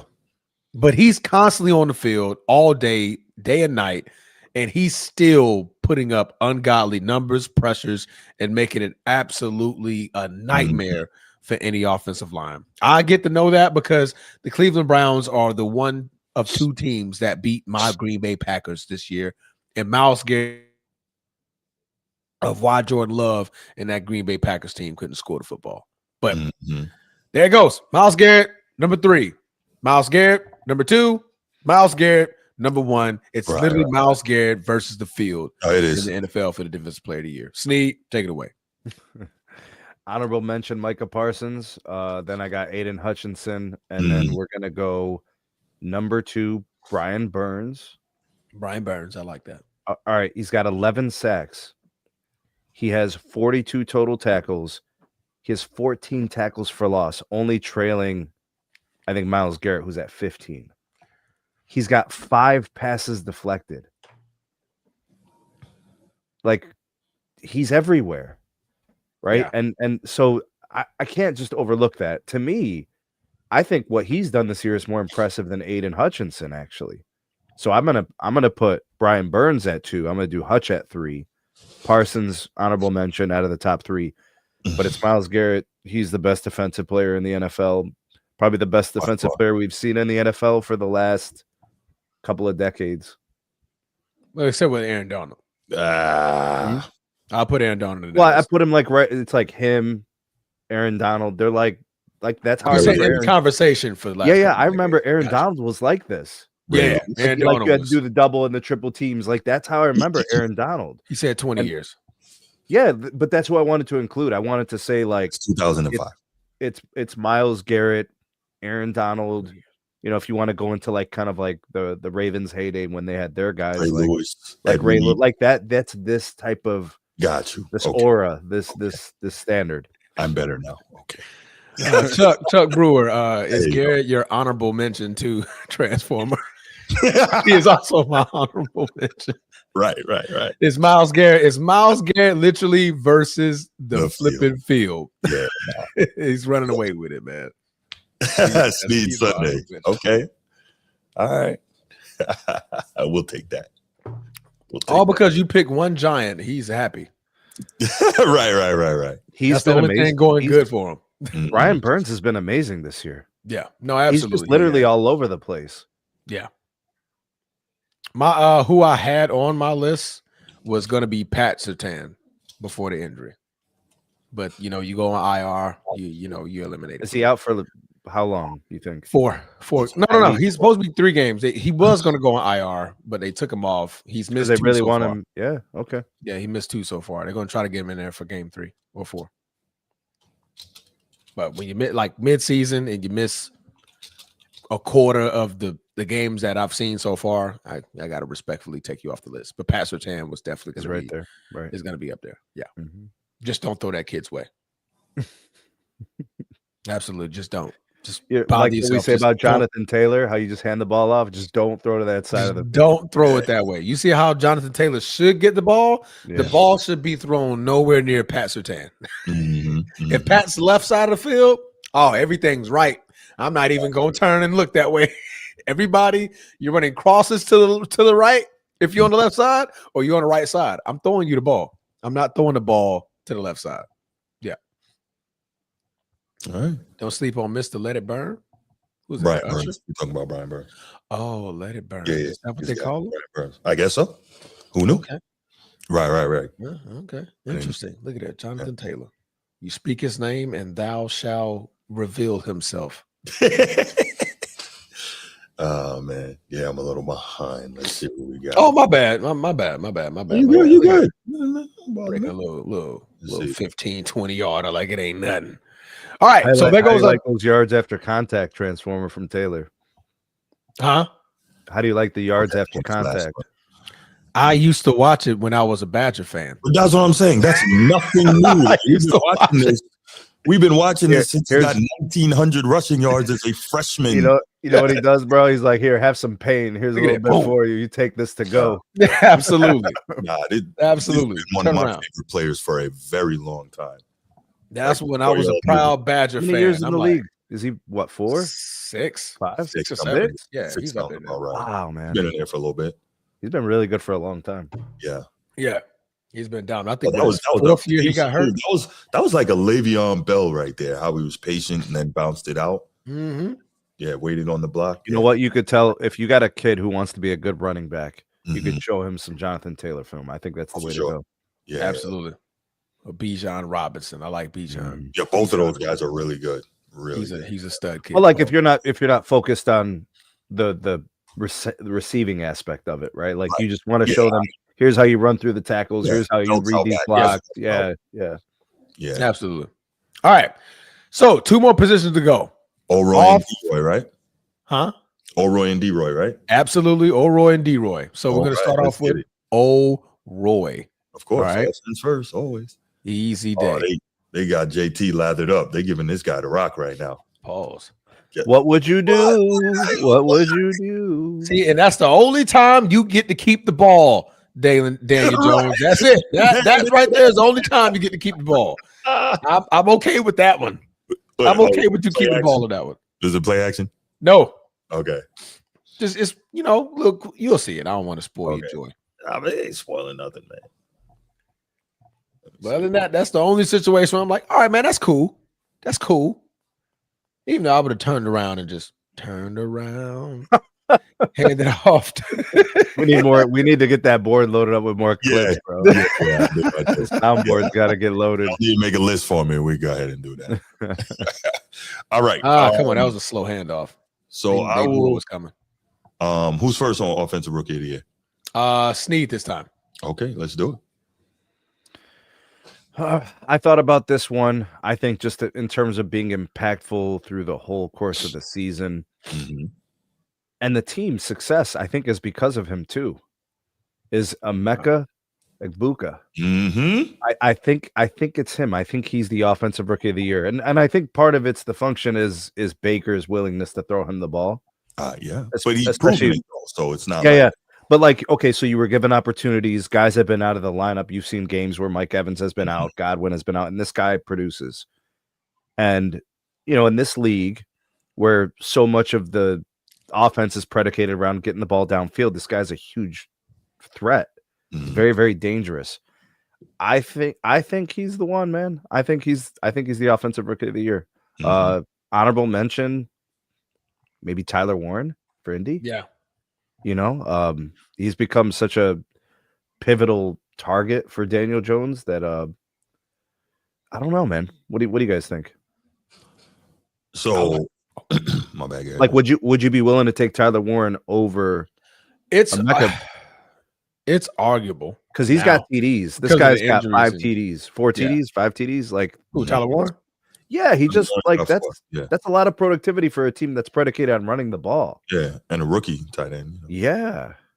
So I'd go number 3 offensive rookie of the year candidate, Jackson Dart, who is a lot better than I thought he was going to be. Again, minimal tape. People don't know what to expect, but he's been better than I thought he was going to be. So I'm going to go with Jackson Dart, number 3. Number 2, I am going to go Tyler Warren, as you mentioned, Snead, doing a really good job. If he stays healthy, could possibly catch Brock Bowers' rookie tight end record, which is crazy. That record stood for how many is it? Say again. How many? I'm the ball, Daniel. The yardage, like a little over 1,000. No. How many TDs is the record? Oh, that I don't know. I was thinking about the receiving yardage. Yeah. I don't know. I would have to check. But I was saying it's amazing to me that the rookie receiving tight end record stood since like the 60s. Freaking Butkus, I believe. Really? Yeah. And Brock Bowers basically, it was crazy. So basically what this tells us, not Butkus, I'm sorry, Mike Ditka. Yeah, you need you kind of need a perfect storm of a quarterback that prefers throw to the tight end, and then you have to, as a rookie, be involved in the passing game heavily early. Like your coordinator and your coach has to have that installed into the system. Sure. Yeah, they got to believe that. Yeah. So number 3, Jackson Dart. Number 2, Tyler Warren, who I think is really good, and number 1, Emeka Egbuka. I mean, we talked about him, what he's been able to do down there, and also don't get me wrong, he's getting really excellent tutelage from the other wide receivers that are on that roster, right? Obviously, he's got Godwin, and he's got Mike Evans, who's going to be a Hall of Famer. So he's got good guys to learn from. Obviously, he came from a program that schools wide receivers extremely well at Ohio State, and he's earned Baker's confidence and trust, and he's doing it. So absolutely. Be Jackson Dart, Tyler Warren, Emeka Egbuka, my top 3 for O'Roy. Honestly, where's he from, Bruce? Where's he from? What college? I don't know. Really? Yeah. You don't know. Now you don't know. Before you, everybody do this. know the name. I think it's like this. Yeah. Dot the I, Transformer. Dot the I. No doubt. Damn wide receiver factory out here, bro. He's from Wide Receiver University. That's where he went to school. See the games in it. Look at the damn games, bro. It's a gun show, bro. Chill out, bro. Man, I like Bruce. I like yours so much. Pause. I like your list. Let me say that. I like your list because my list was pretty accurate with that one. Okay. I threw Jackson Dart as my honorable mention, and I just kept it to 2. So if I would keep the honorable mention, that would be my 3rd. Right. But yeah, it's between Tyler Warren and Emeka Egbuka. At first, Emeka Egbuka had me worried after week 4 or 5. I think it was just after that 160 or 150 plus yard game that he had that he ended up getting hurt. And so he been a little bit slower on getting back to where he was. But Tyler Warren has also been very, very consistent with his play. I think tonight he has about 60 yards, maybe 5 catches. So we still got what 9 minutes left in the 4th quarter. So curious to see, how they manage the rest of this game. Sean Steichen gets him involved, and not going to see much of Jonathan Taylor as they're down 1 point possibly, unless the defense can flip the field. But yeah, man, Emeka Egbuka, man. I mean, the kid is a stud. Yeah, kid is an absolute stud. I mean, route tree, got it. Speed, got it. Hands, I had to take his hands down a little bit. There's been a couple of drops that I just didn't like. I'm like, come on, Emeka, that's not Ohio State. It's of you. We don't drop the easy ones and catch the difficult ones. What are you doing? That's exactly what happened. What are you doing, man? Wouldn't you rather he catch the difficult ones? Man caught the ball in double coverage. The next one was wide open. He dropped it. I'm like, yo, Emeka, what, huh? Yeah, I got you. I know Baker even looked at him like, what is this? Not from how you. You dropped that one. Right. You dropped that one? Yeah, for that sure. Miraculous catch you just gave me 2 plays ago, but you dropped that. Like, this is what we're doing. But yeah, man, it's in Jigba. It's not even I mean, it is close. Him and Tyler Warren, it is close. But as far as a receiver, he's been the best receiver this year as far as rookies are concerned. Absolutely. All right. That is O'Roy. Here we go with D-Roy. D-Roy. I got that. I got it. Edward probably didn't get it, but I got it. Nah, you got it. D-Roy. D-Roy. D-Roy. I got something for you in these hands.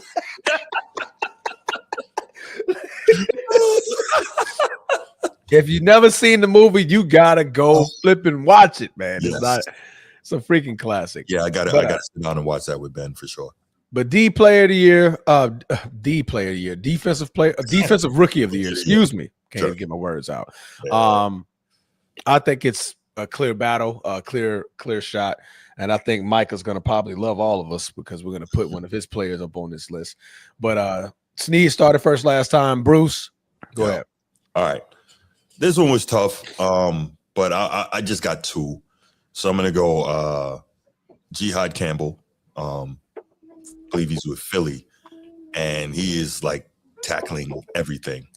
And obviously the Eagles already have a good defense, and he plays linebacker. So you want that linebacker that's all over the field, being a tackling machine.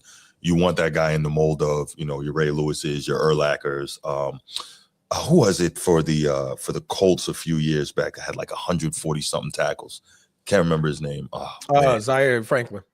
Yeah, there you go. Thank you. So, you want that in your linebacker because that shows you he's everywhere, always in the play. There you go. That shows that he's always in the play and he's everywhere, all over the field. And that shows you that he's really diligent in the film room, studying that film to know where the ball is going when he sees certain things. So shout outs to that. So Jihad Campbell, number 2. And, of course, we're going to go number 1, Abdul Carter, who does not have a full sack yet. He's only got a half a sack on the season, but he is leading all rookies with 34 quarterback pressures. And so having 34 quarterback pressures means he's always in the backfield. He's always getting the guys. And when you have that many pressures, eventually the sacks will follow. So, shout out Abdul Carter as my defensive rookie of the year. My D-Roy. D-Roy. Right. So, Jihad Campbell. Followed by Abdul Carter. So, that's where it goes. Salam Abdul Carter. No rookie has more than 17. 17 pressures? Yeah. Yeah, and he's doubled that by himself. He's doubled that by himself. So he's there. The sacks are coming. He just got to finish it. All right. Sneed got what you need, man. Who are your candidates for defensive rookie of the year? Honorable mention is Carson Schwessinger from Cleveland, the linebacker. I knew he was going to say him. Bro, I get to watch every week, so I see like what he does. Maybe he's a stud. Yeah, he's really good. He's all over the field. He plays the run well. He plays the passing game really well. I know he's got like the injury and stuff like that, but he played through the injury. He's really tough. Where'd he go to college? Iowa, I think. I don't know. The way he said it made me think it was Irish. I was like, "There's no way he played for Notre Dame." I would have known. Like, I would have knew that. For Notre Dame, I would have let you all know. UCLA. Okay. Cool. Yeah. The Browns defense is really good, partly because of him on that level. Like, so you know how the defense, if you're going to be a great defense, it's not good enough to just have one good level. Like, you can't just have a good line. Right. You still need competent linebacker play. Yeah, for sure. And he plays the linebacker position well beyond his years. You know, we're talking about a rookie here who kind of plays like a vet, you know, to play the run in terms of run stopping, filling gaps, and then also defending against passes. He drops back really well. I don't know. I think he's really good. Honorable mention. I just think Abdul Carter has been so good. Yeah. In terms of putting pressure on quarterbacks. You go, JT. It's just hard to look past it. I you think turn around, you hand the fucking ball off, and that's what he does. I think he just You turn around, you hand the ball off, and that's what he does. He must have just broke one, solidified his MVP candidacy. Shout out to Abdul Carter. Shout out to Abdul Carter and Jonathan Taylor. Right. That's what he does. Oh. Meanwhile, you shake hands in the crowd, number 20. You go. I'm still in the 8-yard Tyler Warren catch on first down. Pardon me. Damn. Yeah, man. All right, close out and come back in, because why are you that far behind? I don't know. I ain't do it. Some of these streaming services is just slow, man. And by the way, for the Falcons, that's how you don't defend the run. Yeah, that's how you don't defend it. Like, I know Jonathan Taylor's amazing. He's got good speed, good vision. He bounced it outside, but like, where's your contain? Okay. Not one single guy was there. The whole nobody's he on ran the edge. to 70 before anybody got within 5 yards of him. Wow, how did he not get him before when he got caught in the hole and bounced it out? Oh, there we go. You can't. Throw it to Taylor. Throw it to Taylor. Oh, he got it blocked. You can't. That's good defense. You can't arm tackle a guy like Jonathan Taylor. JT was wide open too. No, but he's not supposed to escape when he got held up right there. He just bounced it out, and that was it. I'm better than you are. Yeah, for sure. That's good hands, 98. Good hands, because Jonathan Taylor was wide open. Yeah, he was wide open. That was going to be easy. All right, I'm sorry. My bad. I didn't mean to get sidetracked, but I just saw my MVP front runner. He was walking in. Literally just wreak havoc on a whole team. Just bounce out. Guess what? No, you can't tackle me. Get out of here. Bow. Hey, number 24, come get this burner. Bow. Stiff arm. What's he have for the day transformer? I mean, he already had a TD. He already had. He's probably at 200. Oh, he's over 200. Yeah, he's at 200. He won a show in Berlin. That's what ESPN says. 200 yards, 2 touchdowns. My guy. By the way, they're throwing him the ball a little bit this year, more than they used to. 26 carries for 210. Yeah. Animal. That would be an 8-yard average, sir. Blue 18. Blue 18. Turn around. Every now and again and get a little bit low. He's doing it. And now with that score, Now think about it. With that score, yeah, they now operate from the advantage standpoint. They don't have to play outside of what they like to do. Mm-hmm. Hey, there's 5 minutes left. You get Bill to stop Years here. back. They got to get a touchdown. Yeah. Now you got to hope that you can contain Bijan Robinson though, because he could break one off. Pause. He could definitely break one. For sure. He could definitely break one. So keep containment. When we were going through the pick'em and stuff, I'm like, yo, you got, arguably the two best running backs in the league right now going against each other this week. That's no disrespect to anyone else, but B Rob hasn't been as dominant the last month like he was in the first month. You know what I mean?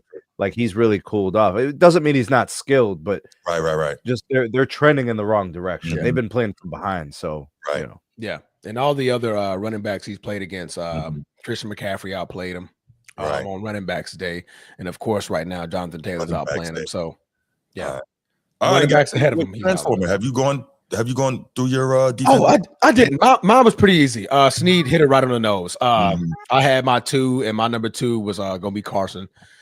For sure. Myles Garrett is a beast, and what you need behind a beast is another beast. Okay, you need another beast, and at linebacker, he's just been defensively one of the best in the secondary. I mean, not secondary, but after that first line of defense, when it comes to Cleveland, you got to literally, man. I know people don't like it, but if you like football, Cleveland, half of their game is incredible to watch. Yeah. The other half, turn the TV off. By the way, the secondary is really good. Yeah. The secondary is fantastic. Hey, Snead, wait till JOK comes back next year. Oof, go get him. Oof. Guy. Yeah, Yeah. That's a good catch. Go Irish. That was a good catch. But no, if you like football and you like watching defense, Cleveland Browns, that team is one of the best teams in the NFL. Yeah, absolutely. That you definitely just want to watch. It's like, damn, you never know. And the coordinator calls a good game, right? Like they put up the right pressures. They for sure. Yeah. Oh, we know he's psychotic when it comes to setting pressure. So for sure. Yeah, I got Myles Garrett. Send it. Right. What? I just need one more. We know this has been a long topic, y'all, but this is one we really felt we needed to take some time and really break down for y'all. And I think my guys here did a fantastic job with it. We would love to hear just a couple calls from you on anybody. Let's do it this way because these calls can get long. Let's do it on any players that we may have left out that you think should be mentioned for one of these awards. Let's do it that way. Yeah. If you have Please don't run down the list. Right. If you have a player that we left out that you think we should have mentioned for one of these awards, call us, tell us who it is, tell us which award it is. After you give that, we'll hang up and respond to you. All right. So let's do it that. Bruce, did you notice we got some Giants in there now, right? Like the Giants. I know Micah's not calling in. Carter, right. Micah's like, I'm happy. I'm good.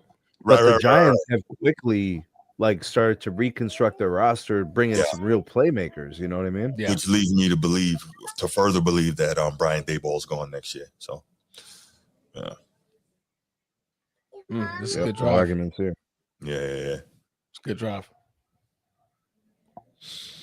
Colts is on your defense and you're newly acquired. Wow, they scored? Sauce Gardner. No. Oh, I was like, huh? I caught back up. I was like, what did I miss this time? No. I'm just saying it's on the defense. I mean, they're sustaining a good drive so far. 3 Bro, minutes. the Colts defense is bending right now, pretty bad. Like they're like I think it was don't break. They're giving up plays over the middle and they're running it on the edge. Like Off Gates. Okay. They're taking the ball out of Penix's hands and they're doing a great job. Do not fumble the ball, Bijan. You ever been to Germany, Sneak? I've never been to Germany. Good time. Yeah, it's good. Is that where they are? They're in Stuttgart? They're in Berlin today. Berlin. Yeah. Mm-hmm. Bro, I saw they just did a wave across the whole stadium in the last quarter. Oh, that's cool. Oh, they did? That's dope. All right, so let's do this. We are going to take it to the next topic. This should be fun. We are going to go to the NBA now. And before we even, let me change the tab. All right, we're going to go to the NBA and we've got our main topic. But before we get to that, I want to make sure I take a moment to respond to my main man, Logan. Salam, brother. Appreciate you. And okay, Logan asked earlier, and we were, knee deep in the NFL, and that was amazing. But No, that's not pause worthy. No, it's not. Stop. No. That's not a pause. Okay. That's not a pause. Come on. No.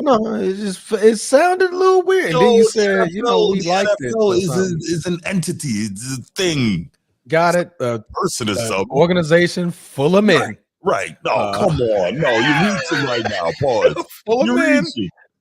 Okay. Listen, this is the culture you two created. You guys did this. New York did this. New York did this. Okay, hey, Micah, New York did this. First of all, you ain't in New York. I ain't in New York. And Bruce ain't in New York either. I'm not in New York. No. It's been a long time since I was in New York. New York made you think about everything you say as a man. New York basically tells you don't talk. You can't say it. Don't speak. Yes. Don't speak.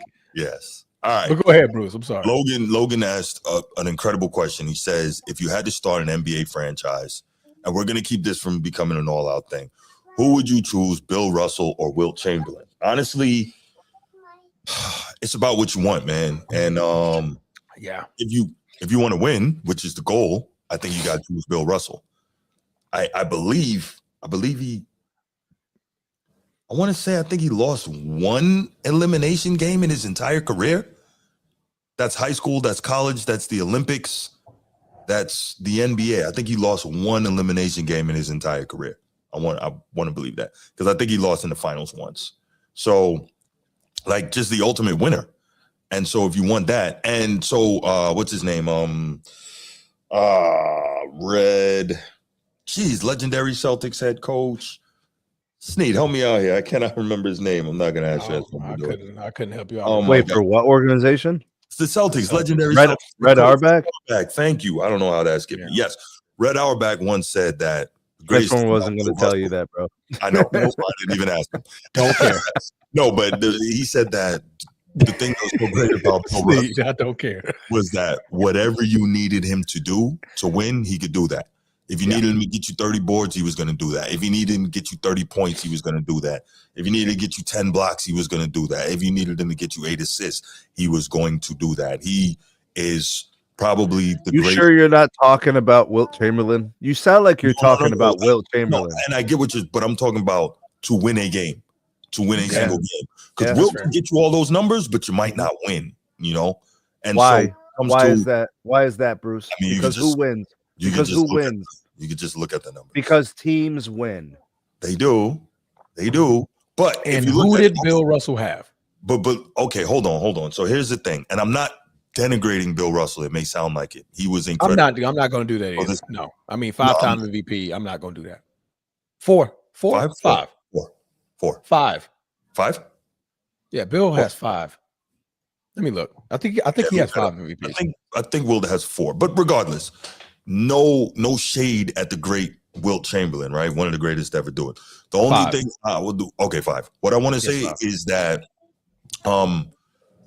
Wilt, if you notice his numbers, like his scoring numbers, his rebounding was always there. His scoring numbers considerably dipped in those playoff series and those like winner go home type games, where somehow Bill Russell's numbers in those situations increased. So like that's, I think, where the disparity is for me. Now, did the Celtics consistently have the better teams, to Sneed's point? Yes. But to answer Logan's question, if I had to choose one, I'm going to go with Bill Russell by a hair. Yeah, I like it. That's my thought. Oh, were we all supposed to answer this, or just your response? If you want to answer, go ahead. Oh, I mean, he's like, what? Without a shadow of a doubt, I'll just be remiss if I don't take the greatest athlete, one of the greatest athletes. I mean, the man averaged 50 in a season. What 50 and 25, bro? 50 and 25. I could build around that. and he's a big. Not mad. And he's a big. What was Will? 7'1"? Yeah. He's about 7'1". Yeah. 7'1", and he blocked the most unstoppable shot in NBA history. Dream did too, by the way, but he could block it. I'm taking him. Shout out to Dream. Hakeem, your dream. a damn shame Hakeem didn't play at Notre Dame. Let me tell you, bro. It's a damn shame. You know what? I don't really follow Notre Dame basketball like that. So. What was he? But Houston? you woulda. No, you woulda. He went to Houston. He played for Houston. Yeah, he played in Houston. Okay, there you go. Mm-hmm. But yeah, Wilt Chamberlain, without a shadow of a doubt, is who I would start my franchise with. Now, Bill Russell, everybody points to the winning. I want to make myself very, very clear. Bill Russell was the ultimate winner. Right. The ultimate winner. But I also look at it to Snead's point. The man had 4 Hall of Famers with him.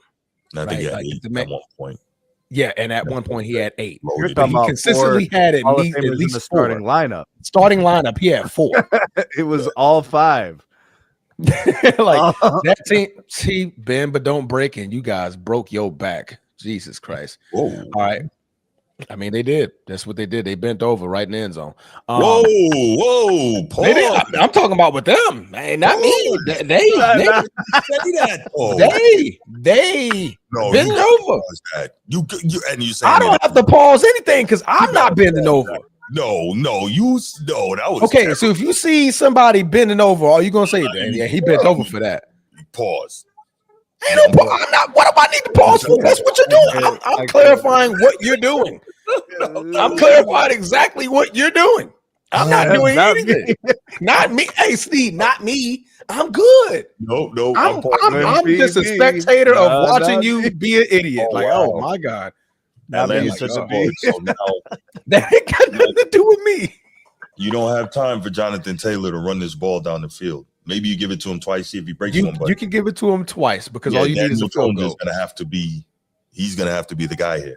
That's why they went for 2 last time. 2-point conversion and wide open. And that was on Sauce. Oh, Sauce. Sauce fell down. Get better, Sauce. Sauce, this is not the game. Right. Everybody watching. This is standalone. You're the only team playing right now. Yeah. Look at that. 1-2. Boom. It looked like he tripped. Like he tripped over London's feet.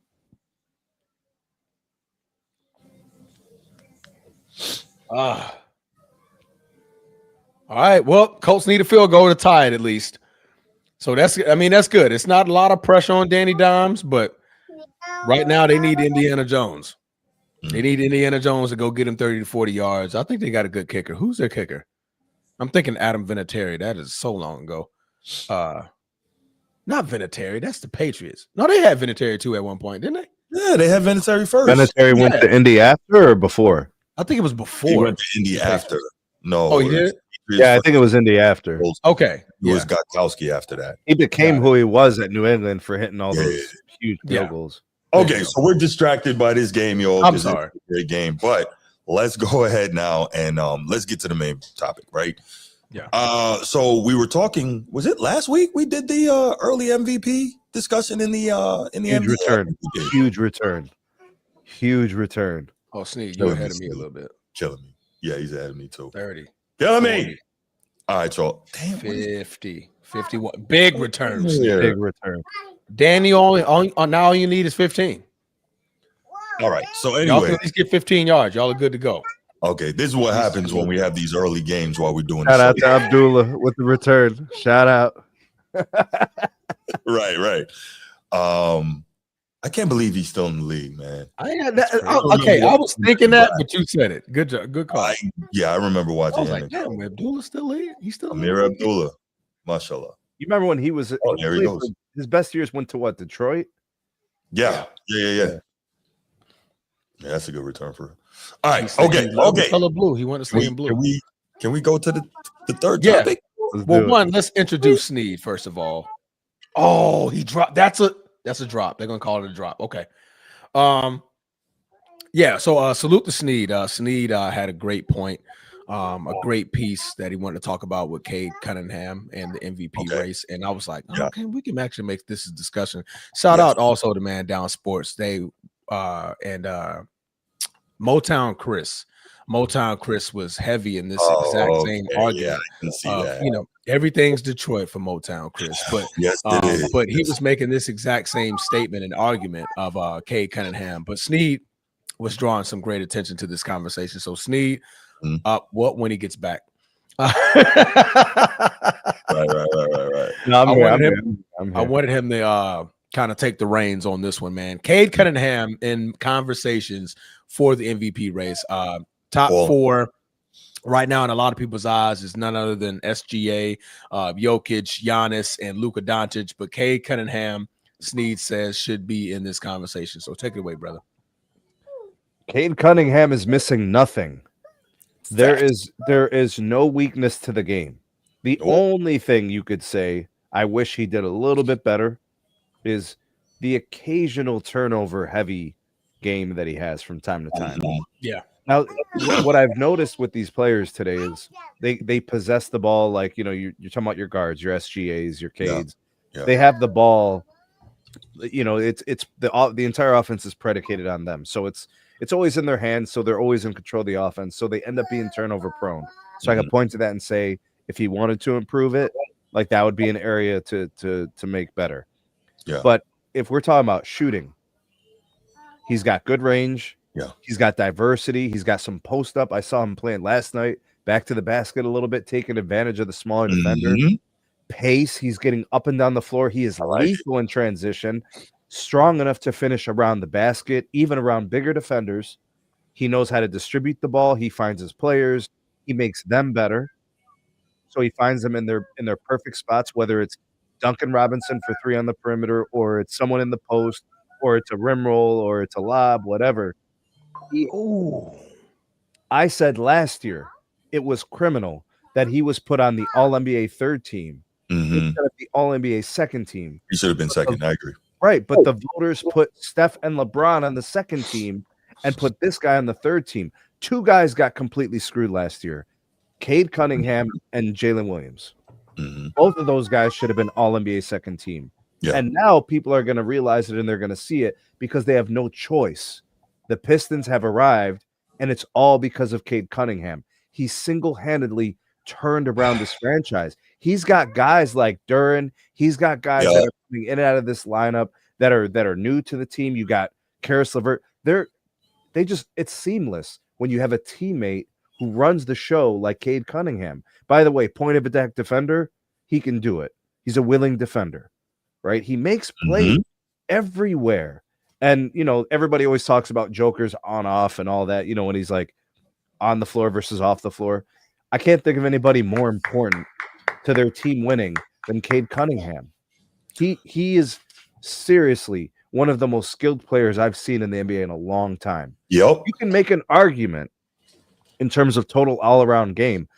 There's not much of a difference between him and SGA. There's certain things that SGA is much better at, but in terms of a well-rounded thing, I can't think of something that Cade can't do. Foul merchant for sure.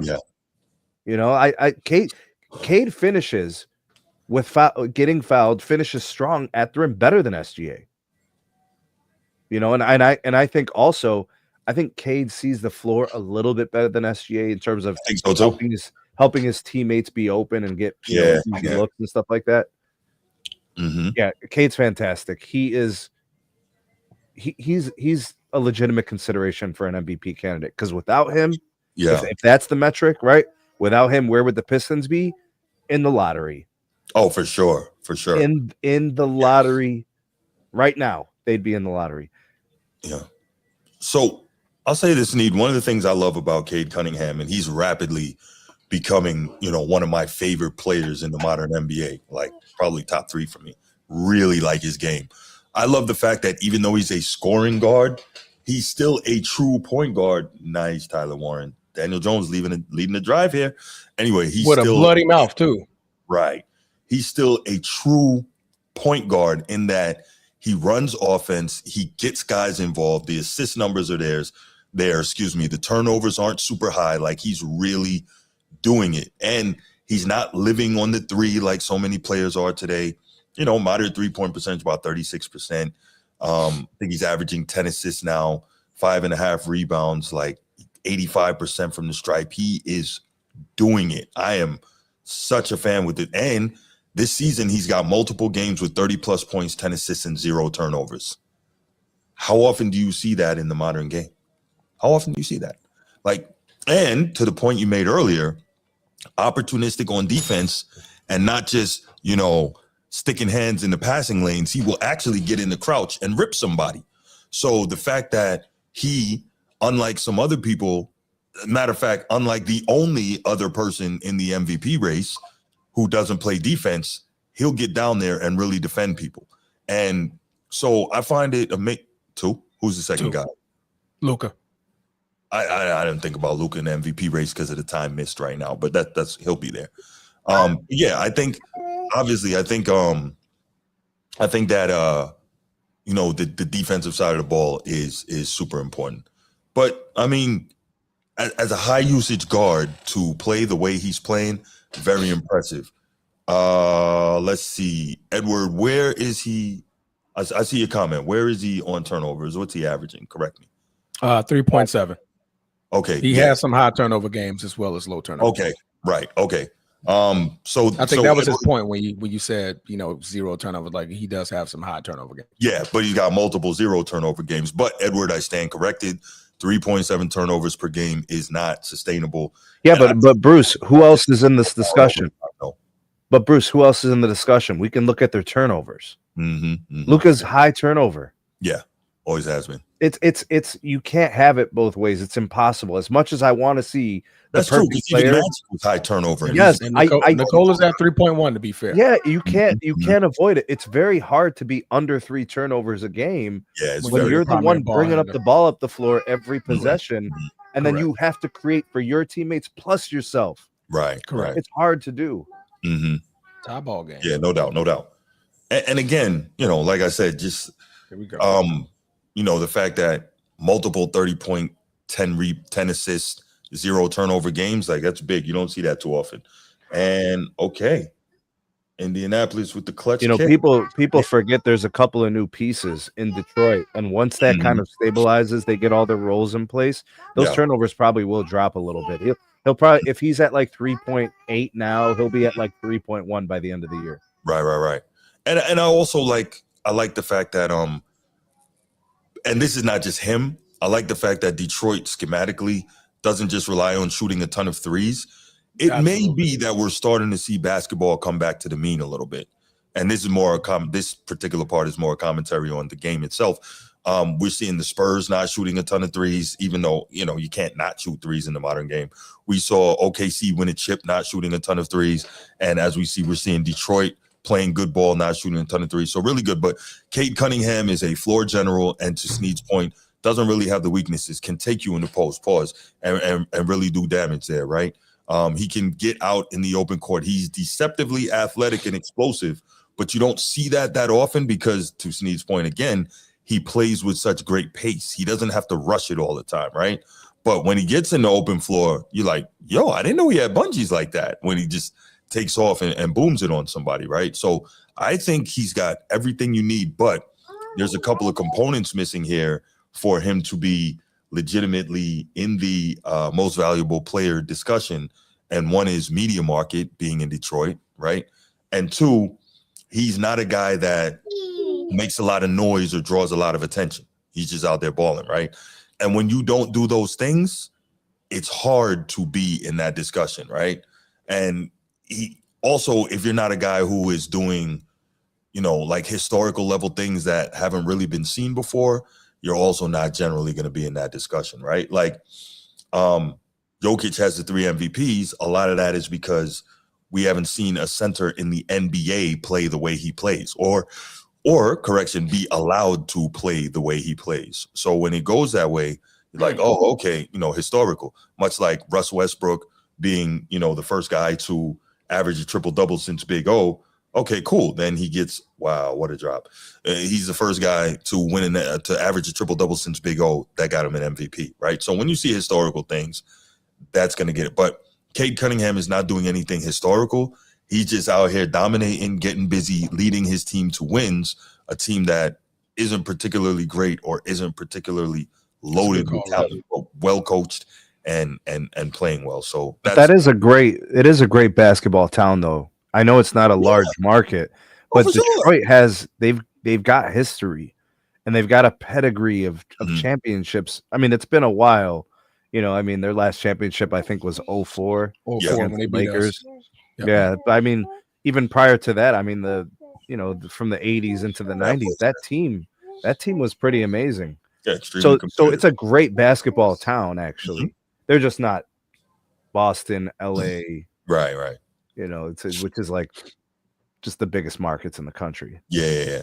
And I think that's going to hurt him when it comes down to it. But he is so good, like so good. But can we put him in these conversations? Yes, it's deserved. Sure. You know, sure. I just think some people ain't watching, which is, remember, Bruce, I opened one of our shows talking about the casual NBA fan being the least informed fan. You know, like an NFL fan at least will be a master of their own team. Right. The casual NBA fan is a master of nothing. They're just following Joker, Luka, maybe Giannis, maybe. But it's basically like a couple of players. Yeah. Yeah, it's ridiculous. Whatever Nick Wright bets on. Bro, like take it. He who shall not be named hasn't even played that yet this year. And there's still like people that are anticipating his return, like he's gonna come in and damage the league. Like what we're watching right now, this is the NBA of the future. Like, like if you notice the ratings are high, that's because of guys like Cade. Yeah. You know, if the ratings are high, that's because of guys like SGA getting a chance to defend his title. It's a guy like Wemby, you know, who's Tyrese Maxey. Yes, these guys. Balling out in Philly. Yeah. How are you going to tell me that all this is happening, but yet the person who hasn't yet played this year is the biggest deal moving forward? No, not at all. The biggest name in sports. By the way, somebody made a great point. Oh, I'm sorry. Go ahead. I was going to say Bill Laimbeer, not a friend of the channel. No, sir.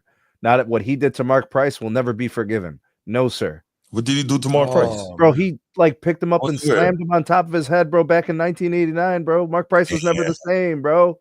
Mark Price was look, real quick. I digress. You brought up Mark Price. Mark Price is one of those guys. If he played today, if Mark Price played today, he'd be better than Steve Nash. I said he's a much better player than Steve Nash. Okay. If Mark Price played defense. That's right. Mark Price also shot 90+% from free throw. 50, 40, 90. Mark Price would have been a volume 3-point shooter and would have made 40% of them. Yeah. He would kill today. Absolutely kill. Mark Price is he was a problem. Yeah. He was a problem.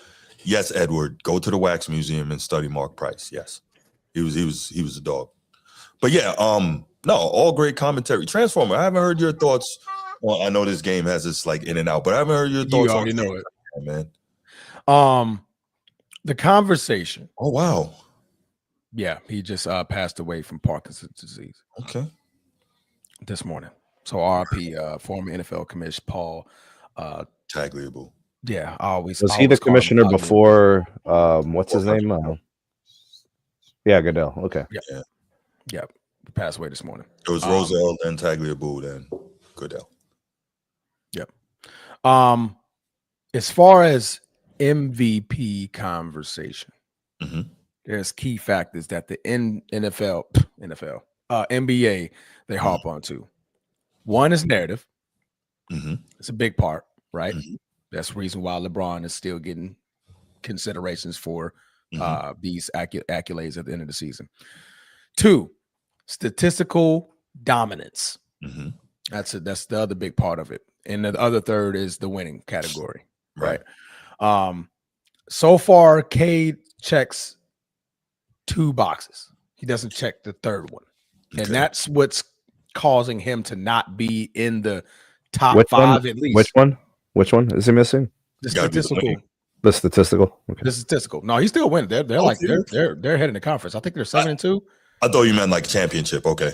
Yeah. No, not championships. Okay, I got you. But that's also, I mean, that's like a fourth component. Like, okay, frequency. Even though it's not supposed to be. Yeah, exactly. they do go off of last year. Look at the NFL, Josh Allen, Patrick Mahomes. Like, okay, historically they're the greatest in the game, right? Yeah, even in the NBA, guys won MVPs without chips. So like exactly. So you go back and you look at the conversation of who is in the MVP ladder race, right? Let's start off with Nikola Jokic at 1.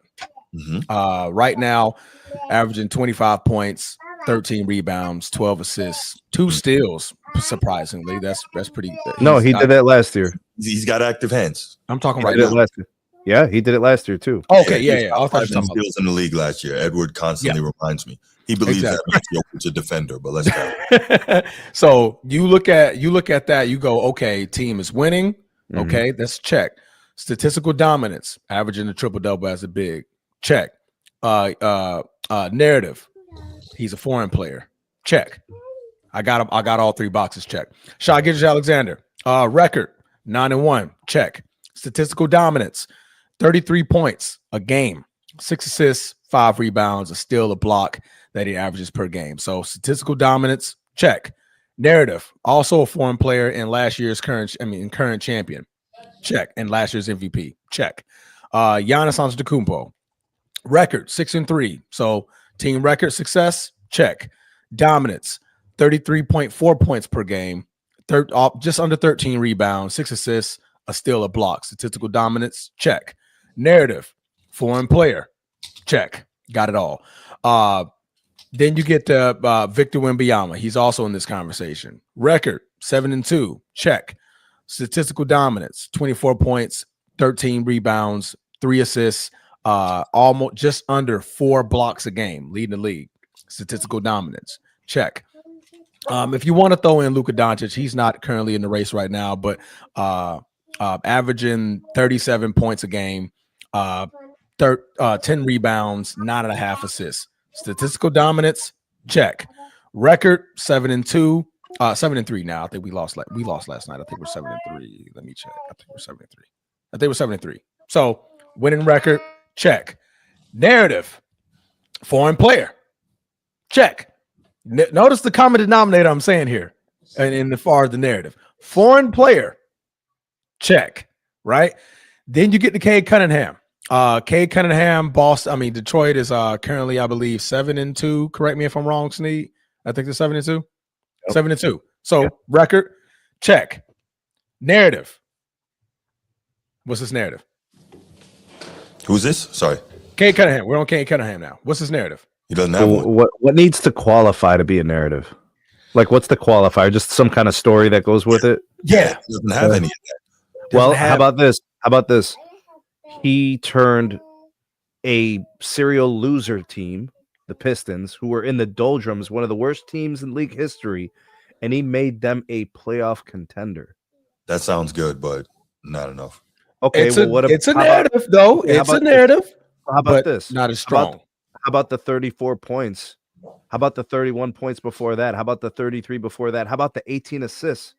How about the 10 and the 10 on the other games? How about a guy who's shooting 3-pointers? Check. Getting to the rim? Check.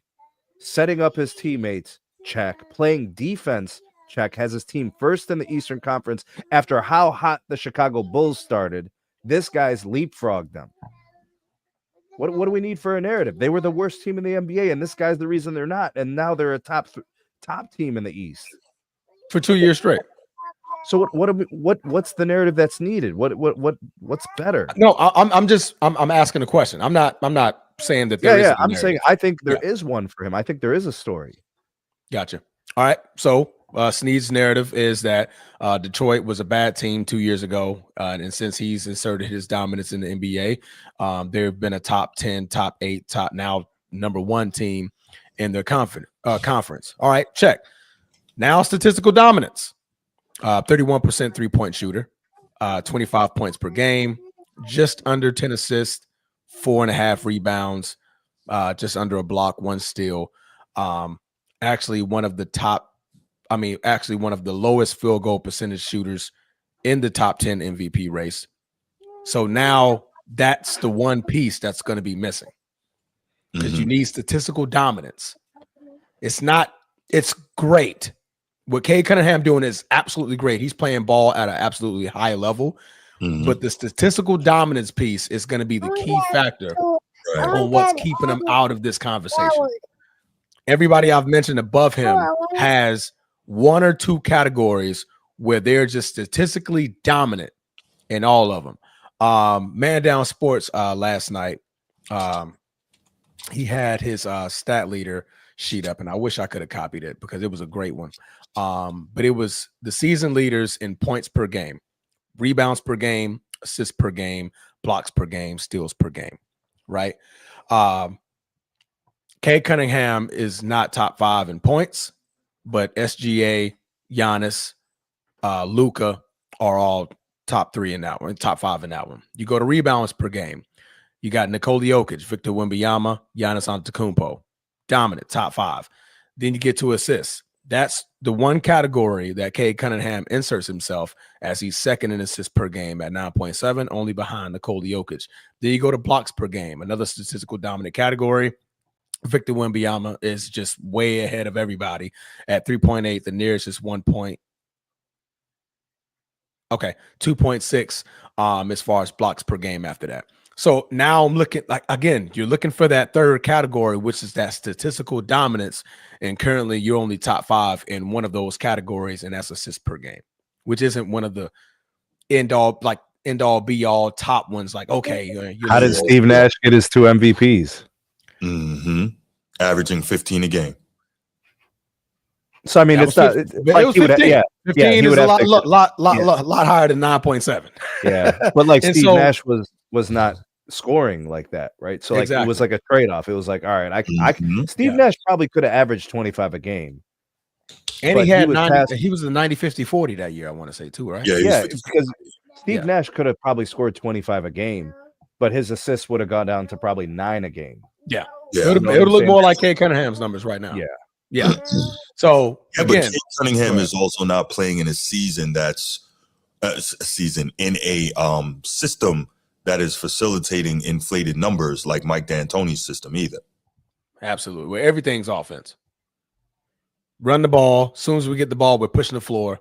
Get up the floor, fast pace. What Sean Marion, Amari Stoudemire, Raja Bell, who is it? Not Dellavedova, DeBosa? No. Oh, Barbosa.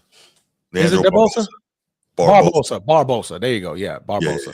Yeah. You got those flyers that's just flying up and down the court, really, really fast pace. So he was able to get those assists, a lot of them in fast breaks, to keep him going. But again, to my point is that Cade Cunningham is a great player, but the MVP, what a great dime, Danny. That was a great dime. The statistical category is the only piece that he's lacking to be in this race. That Warren kid is good, Transformer. He's great, boy. You see him? Good hands, bro. Look at that. High point the ball, catch it with my hands. Yes. Yeah. High point. Catch it. Boom. And he look at his hand, Sneed. He went from open hand to he found the ball. Like, no, I gotta turn my hand because I need the ball to be like this. I don't want to try to catch it like that. Those guys got a good rapport. Yeah. They have a good rapport. Like they look like they've been clicking for a long time. Absolutely. Real quick, I gotta say, I'm gonna put the time hacks on this, the timestamps on this episode, and when people come and they're watching this, they're gonna be like, "What the hell is going on?" I thought this was basketball, and we keep bouncing back to the game. So if you're watching this on the replay, we are sorry, but this is kind of what happens. But the thing that we have to continue to, the thing that we have to continue to do is, as a show, as a production, as guys who offer our insights and perspectives and opinions and commentary, when we talk about most valuable player, we have to remember what value is. We forgot that a long time ago, Sneed. I love that argument. I had it. That's long gone. But like you can, there's certain guys in this discussion that are in the top 5 for MVP who in some ways don't have value. Like there's a couple of, like Bruce, you brought up Joker's defense. That really crushes his value. Yeah. Right? Not to a lot of people. Yeah. And then if I look at Giannis, his shooting is below average. That hurts value. Whoa. Turn around and you hand him the ball. What's wrong with you, man? Oh my God. You want to eat up clock? You want to end the game? You put JT in the game.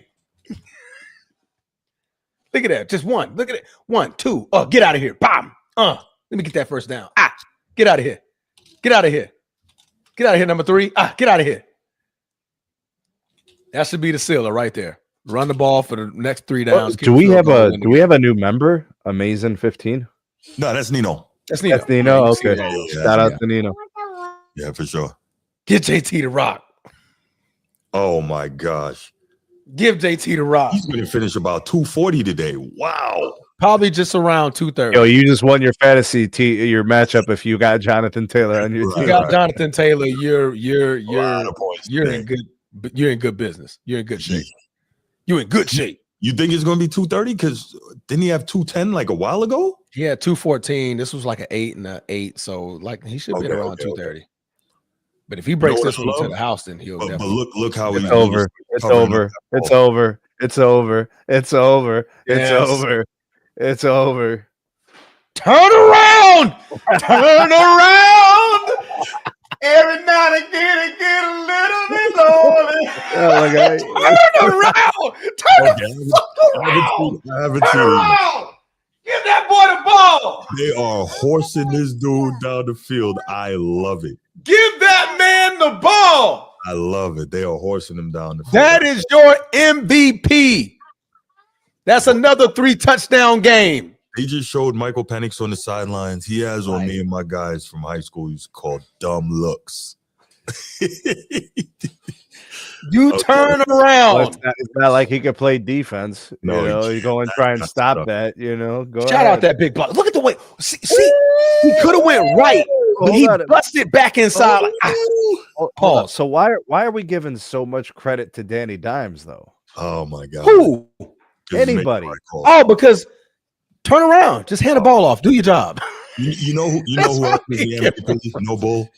And we got to show him love. We haven't done it all day, man. That Colts O-line got to show. Oh yeah. Because they're moving people. Yeah. When you move, that was a great block too. Wow. Every night again and get a little bit low. Okay, so you know what? Listen, this is what we gotta do. This is what we gotta do, man. Because we got. All right, the game's over, so I'm no longer distracted. All right. Wait, did you give your? Yeah, you did. Talked about Cade. I'll talk about Cade Cunningham. Yeah. We're gonna open the phone lines up. The phone lines 904-219-8264. 904-219-8264. Let's go ahead and take some calls on Cade Cunningham and his chances at being the MVP. Why or why not? Let's go. Wow, what a freaking performance. This is what you want if you're a running back. You want to tote the stick 30, 40 times. Wow. And just with that one, Bruce, he cracked 240. There you go. That was I was like, unless he take it to the house, he's not going to crack 240. Yeah. He took it to the house. I'm going to crack 240. Incredible. 32 carries, 244 yards, 3 touchdowns. Daniel Jones had 255. 1 touchdown, 1 interception. Edward says, I don't know why he's bringing up Giannis. This is not part of the top. Oh, he's doing what those people like to do. He's trying to deflect away from his guy, not defend. No. He's right. Giannis's defense is not as good as it used to be. No. I get it. I mean, like if Giannis used to be like a 99 defense, like now he's like a 93. 93. He's still great. He's still very good. The effort's not my thing is you don't have to be the best defender, but you gotta consistently give effort. That's my Yeah. Bruce, he's going to do that. Hello. There we go. What up, Bruce? Bruce, hey. How you feeling, man? How your boys feeling? Hold on for a second, man. Hold on for 1 second. Man, we breaking up. How y'all boys feeling this morning, man? Maintaining, man. How about you? I think Cade Cunningham, MVP, even though it's a very slim possibility, it's not going to happen because too many other people in front of him right now. Got 5 other guys that, 5? You said what? 5 other guys? Yeah. Got Wimbyama. Shea. Chip. Let's go. Who else do we go with? Nicola? Shingun. Shingun. Shingun, nice. Super nice, but he's not. Shingun's nice, but I'll take the MVP conversation. I'll take Cade over him. Tyrese Max. He's been balling this year, but I'm not taking Maxey over Cade. He's been balling now. Statistical dominance is there. He's real good. Yeah. 33 points, 8 assists, 5 rebounds. Right. Physical dominance is there. Right. I mean, he's shooting 45% from 3. That's crazy. Listen, Tyrese Maxey ahead of him. Wemby. You got Giannis. You got Luka. Come on, you got 4 right there. I ain't even talking Jokic. Come on now. It's not going to happen unless he has an extraordinary. Unless he leads the Detroit Pistons to a 61 season or something like that. Maybe then, yeah. Maybe if they win the East. So I think. Sorry, go ahead, Bruce. No, good, bro. Good. I was just gonna say, I think our greater point is not necessarily saying right now that he should win or that he will win the MVP, but that he should be receiving greater attention and should be higher in the discussions. Correct. I think that's what we're kind of trying to get at. Maybe to more so shine some light on him and what he's doing in terms of, because we know like the MVP is the single, highest individual award, and we're saying that he should be getting more love in that discussion, more so than he is or should be the MVP. You know what I mean? Absolutely, most definitely a bucket. He's tough to play both sides of the ball. Mm-hmm. He can score on every spot on the floor. He's a leader. They tough. So maybe if Detroit won the East, maybe that'll happen. Okay. So other than that, man, y'all boys have a great morning, man. Hey, I appreciate you. Thank you for the call, man. All right, bro. No doubt. Turn around. I'll be singing that all day, man. That's a bad man. Dang. That was a hell of a game, by the way, if you love the NFL. But let's get back to the NBA. We'll take one more call. Oh, here we go. Good morning, Edward. How can I help you, sir? Man, good morning, you capper. Whoa, damn. You see the disrespect? What up, Eddie? Be nice, Eddie. Be nice, man. Hey, man, hey, yo, this dude here, man, was being very disingenuous and disrespectful in the chat. Even though he already getting his foot the ass with the guy from Denver, Colorado. Keep doing what you're doing. Keep putting your foot down on Bruce's neck. What guy from Denver, Colorado? Who's that? I don't know, dude. Got the logo with the Denver Nuggets. Anyway, come on. Let me go ahead and say what I got to say. Who got a Denver Nugget logo? Joker. Oh, I was like, what is he talking about? I'm looking in the chat. I'm like, who got a Denver Nugget logo? I ain't see that. Joker. No. Okay, so me, I understand where you're coming from. It's a conversation, but he's a wildcat. He's a wild card. I'm loving what he's doing. That I think we all agree on. Because like last year I was talking about him, ramping him up. He was doing real good, but okay, let me ask you this thing. Would you pick him over Donovan Mitchell? Yes, because he has less than Donovan Mitchell. Yeah. As much as I think, me personally, I think Donovan Mitchell is the best shooting guard in the league. But I think Cade has been tasked with having to do more, while Donovan has been asked to do a little bit less because he has a Garland, because he has a Mobley, because he has an Allen. The ball can rest in other people's hands, like specifically Darius Garland forces the ball to go, like the offenses run through him. Okay, I can agree with you on that. But yeah, man, it sounds so nice, but man, he could be top 10, but as far as 5, I can name about 5 before him right now. I can't. He's top 10. He can be in the 10 conference. He'd probably be like 9 or 10 right now. I mean, right now he's tied with John Morant in the turnover.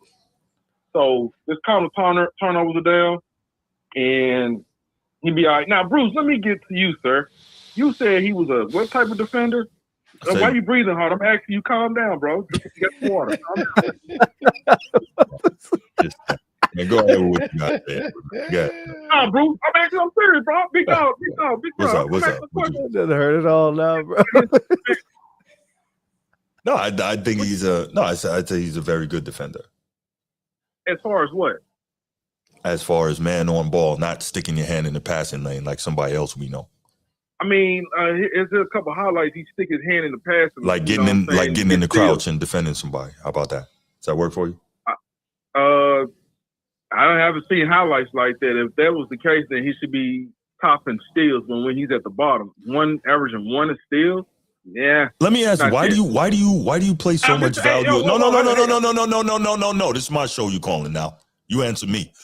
Why do you place so much value on steals? To try and I know why, but I want to hear what your excuse is. Because you always said that, hey, apparently just getting blocks is just only on steals, and when it's not, blocks is more important. It's definitely more important. It's definitely more important. You only value just blocks. Well, that's not true. Hakeem Olajuwon is the only center in the top 10 in steals. Bruce, I value steals. I don't want to hear nothing about no wax museum talk right now. No, you told me I don't value steals, so I'm just correcting you on that. Okay, but we were talking about Cade Cunningham. You told me I don't value steals, so I was correcting you on that. Okay, now, try again. There you go. Okay, I appreciate that, brother. Okay, good. Now drink the water. Don't worry about my water, man.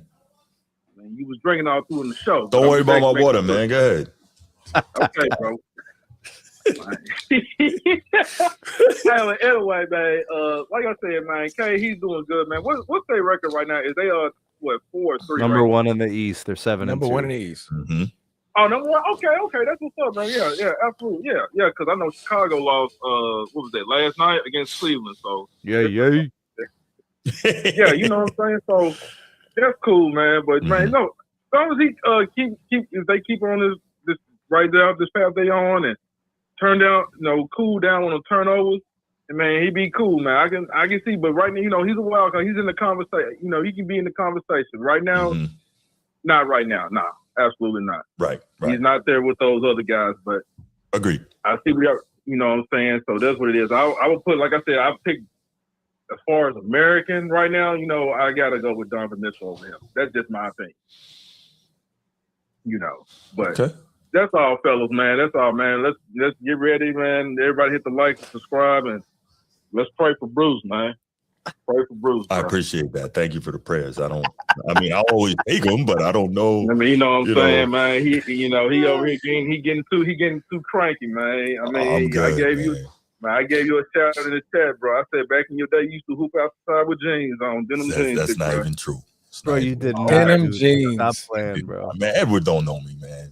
All right, brother. Y'all be y'all, man. Bro. We over here about to get on the grill. We got to get on the grill. All right. Next thing you know, man, grill some beef, man. Put that pork down. Man, that's what Nick and Jazz and Donnell doing right now. We got to get ready to turn on the red zone. All right, brother. Eddie about to bring up the Velcro shoes from back in the day, Bruce. You know what? I never had no Velcro shoes. You need to tie your laces. No Velcro shoes in my house, man. I ain't get that. Because if you roll that ankle, that Velcro ain't gonna do nothing. You need them laces to be tight. You need to choke them down. Bro, by the way, get that ankle tight. Kobe was right about low tops, forcing you to have to strengthen your ankles. Kobe was right. Really? Yeah. I used to wear high tops for a long time, and then I switched to mids and lows, and it just forces your ankles to have to strengthen. It takes a little bit of acclimation because you've had that ankle support for so long, but Kobe was right, bro. Yo, God, that's funny. I used Jabot jeans, bro. There. That's funny, Kyle. You took it back there, bro. Yo, you remember the FUBU back in the day, though? Yeah. Or Boo-Foo? Boo-Foo. By us, up you. Right. Yeah. Keeping the flavors like Timbos and Jabos. Mm-hmm. All right. Put in a lyric like that. Oh, what happened already? That's big. Already? Oh, okay. What happened? What game you watching? Oh no, I thought the Ravens turned it over already. Oh, I'm just on red zone right now. Yo, hold up. We got to put on the Browns game, homie. Do we got the Browns on? No, I do not have the Browns on. Yo, is Jerry Jeudy going to do something this week? Can we get something? I mean, they don't have Sauce Gardner no more. Like who's left on the Jets defense? Can you get open, please? Not a clue. I felt that, Sneed. He's like, hey, Jared, we can do something this week. I know you guys are happy about the NFL, man. I mean, getting a lot of heat. Is that Sean? What up, Sean? It was a Sneed. Hey, brother. What you got, Sean? About Clyde, I think he's a very good player. You know what I mean? For his stat line, he's doing what he needs to do for Detroit. Cade. Cade. Cade, sorry, not Clyde. But I feel like he needs, if he wants to become MVP, he has to overachieve a little bit more in order for him to say, like, hey, you know, I'm better than these foreign players. Yeah, for sure. And you guys need to pick me because I'm the young guy who is putting the work. I'm not acting like, you know, be the typical superstars that you see like John Morant and Anthony Edwards. I actually put in the work. I actually am professional and blah. And unfortunately, I think it's kind of too late. I'm just going to be honest here. I think it's kind of too late for a guy like him, you know what I mean, to win something of that award now because it's already been dominated by, you know, international players now. I think there's kind of an agenda on that. Obviously, you can't tell the journalist who to who to vote for in these situations, but I think that there is something to be said for understanding that the NBA wants to expand heavily internationally and to push these international players. And I think did you do that, Transformer? No, I'm clicked on it again. Okay. I was like, huh? I looked up and I seen it. Anyway, I think there's something to be said for knowing that the NBA wants to push as much as they can to get that international growth, and that subconsciously is affecting the way some of these guys are voting. I mean, I think it's not necessary because the NBA are doing this by because like, hey, like the foreign players are better than the American players. They have to do it because the American players had digressed so much for several years now that they have to lean on the international market. They have to lean on players that we don't even know of in the States, but because of the way they actually overachieve and able to make accomplishments and pushing more impact in the league, that's why they actually lean on it. And also the basketball media is just terrible. I'm just gonna be honest here. Like I just don't really care. They always fall narratives, and that's just what they do. It's nothing else they do. They just like fall narratives, fall the next hype job, and then they just like, hey, let's continue doing it. They're doing with Jokic. Right. They're trying to make Jokic as the European LeBron. Let me interrupt you real quick. Sneak, freaking Igbuka just scored already. But anyway, go ahead. Man, you guys really lock in with this fantasy stuff, man. No, I don't. We just football. We just love football. I don't even play. I don't play fantasy sports, bro. I don't play games. Okay. Because of what the team's happy right now. Yeah. But, this year has been my first year in over a decade that I've went without playing fantasy football. And your life got better, didn't it? It feels so much better. Yeah. Like 4 leagues. I'm trying to manage. I'm trying to move players and stressing. Now, granted, I'm a heavy winner. I've won so many freaking Super Bowls in fantasy, but it's just like it's so stressful. I can't enjoy the game that I'm watching because like I want this kid to succeed, but then over here in this league, I'm like, don't succeed as much because I need to get this win. But go ahead. I digress, man. Is it also because of the oversaturation of fantasy football that, you know, the craze has got too much, or it's because like, man, I already done it already. Let me just move on. No, man. I mean, to me, it was just the overwhelmness of stress. I mean, I take fantasy football very, very seriously. If you go to all my leagues and people that watch and stuff like that, they're like, yo, B takes it serious. Like literally on draft day, I have 4 or 5 screens with NFL knowledge, players, schedule. Like I'm lining things up by week. I really dive deep, and then I'm looking at how people draft. I'm analyzing that. I'm like, okay, well, he's going to need this position. This guy's in front of me. Where am I going to go with this guy? It's just so much stress. And even my wife comes and looks at me as I watch football now. She's like, babe, you're so much happier now. I'm like, am I? She's like, because you're not looking in your phone, seeing if you need to make a move, an adjustment. You're not looking at next week. You're just focusing week by week, game by game. And it makes it better for me to talk football here because now I can appreciate what I'm watching. And I'm not having no animosity of Emeka Ibuka torture me in my fantasy league. So now I'm just going to down him.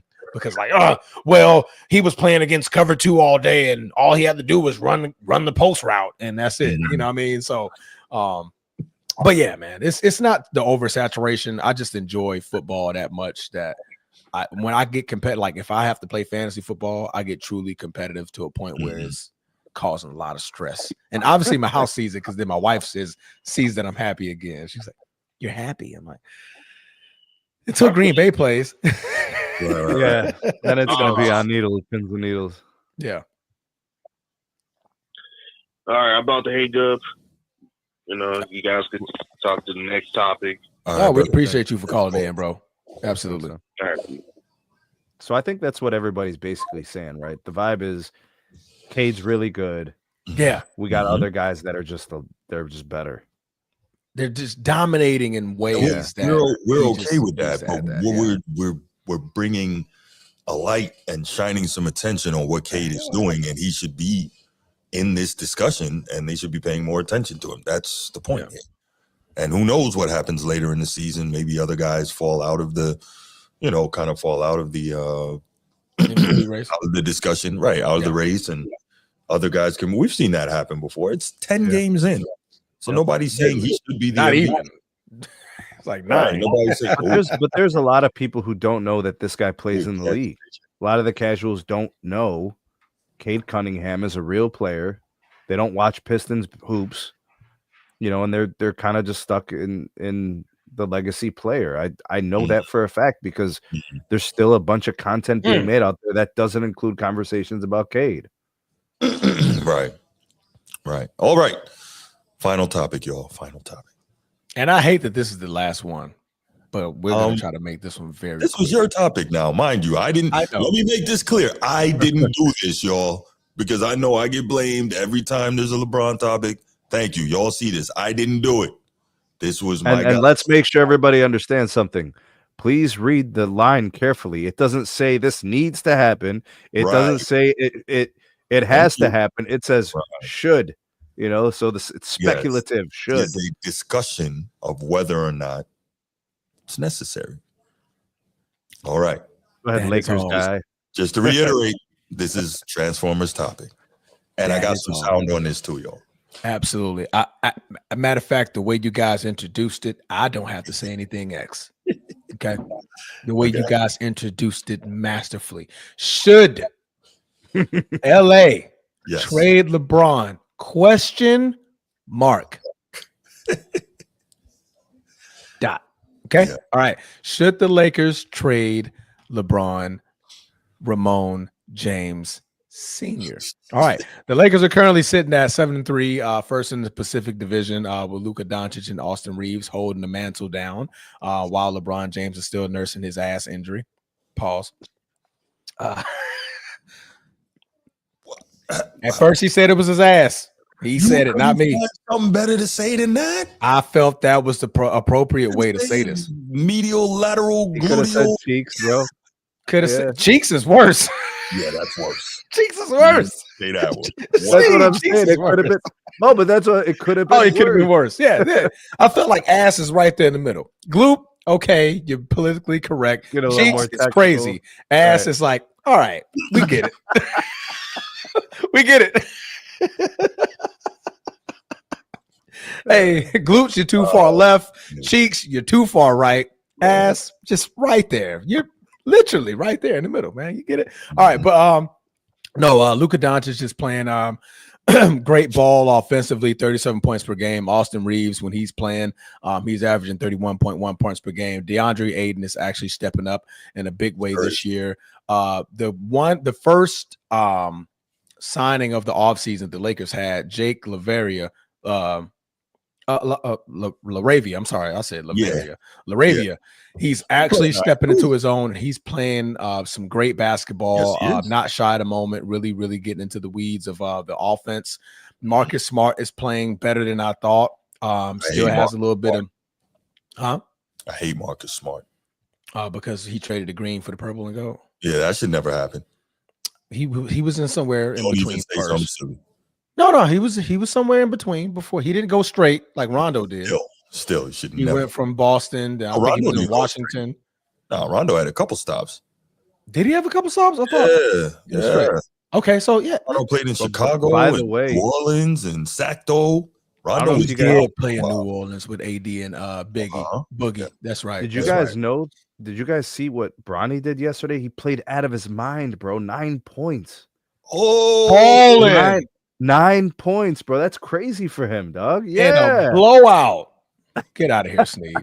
That's a lot of points for him, bro. Get out of here.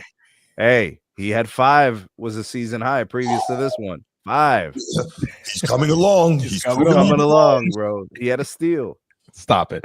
All right. But like I was saying, Lakers are playing relatively well, a lot better start than anybody predicted. Even me, I'm actually really happy with the start because we've been battling injury. Not only LeBron James has he not played, but Luka's been injured from parts of the game. He's only played 6 games. Austin Reeves is now dealing with a little bit of injury. He's missed a couple of games, and we're still sitting remarkably well at 7-3, which I believe is the second best record in the AFC football. I'm watching it.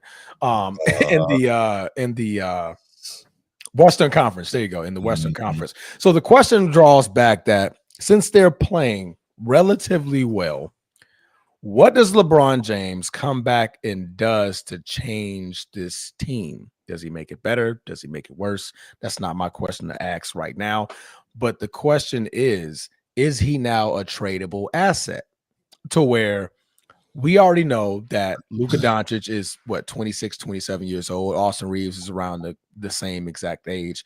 Can you package something with LeBron James to send somewhere and gain valuable younger assets back? So Paul Pierce and Kevin Garnett had a conversation. This is what actually brought this conversation to my attention, is that Paul Pierce, for the first time, and I think since he's been retired, told the truth. His nickname is the truth, but he said some truth. And this time I actually agree with him. And the trade that he brought up, I was actually about. And my question is, chat, would you hit the send button? Take it away, Bruce. Can we play the clip? Let's do it.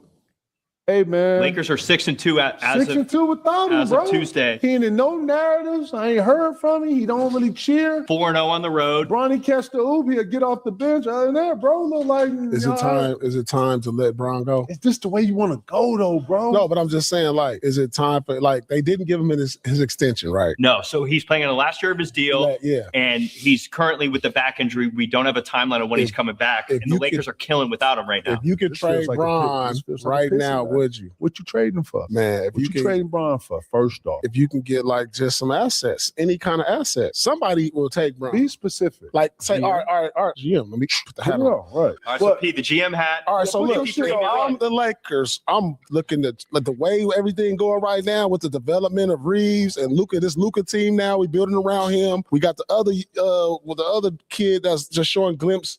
Jake LaRavia. I'm like, listen, if we could get something for Bron, if you could, I'm trying to get him to, like, all right. He ain't even came back. No, I know, but look, it got to be something like, all right, Bron, you got to have a conversation with him. You don't just trade off Bron, first of all. If it's a situation that makes sense for him and them, like, say, maybe like Cleveland, to where you can get Jared Allen and Garland or something like that. Or DeAndre Hunter. Or Hunter, and you still keep Donovan Mitchell and the big Mobley.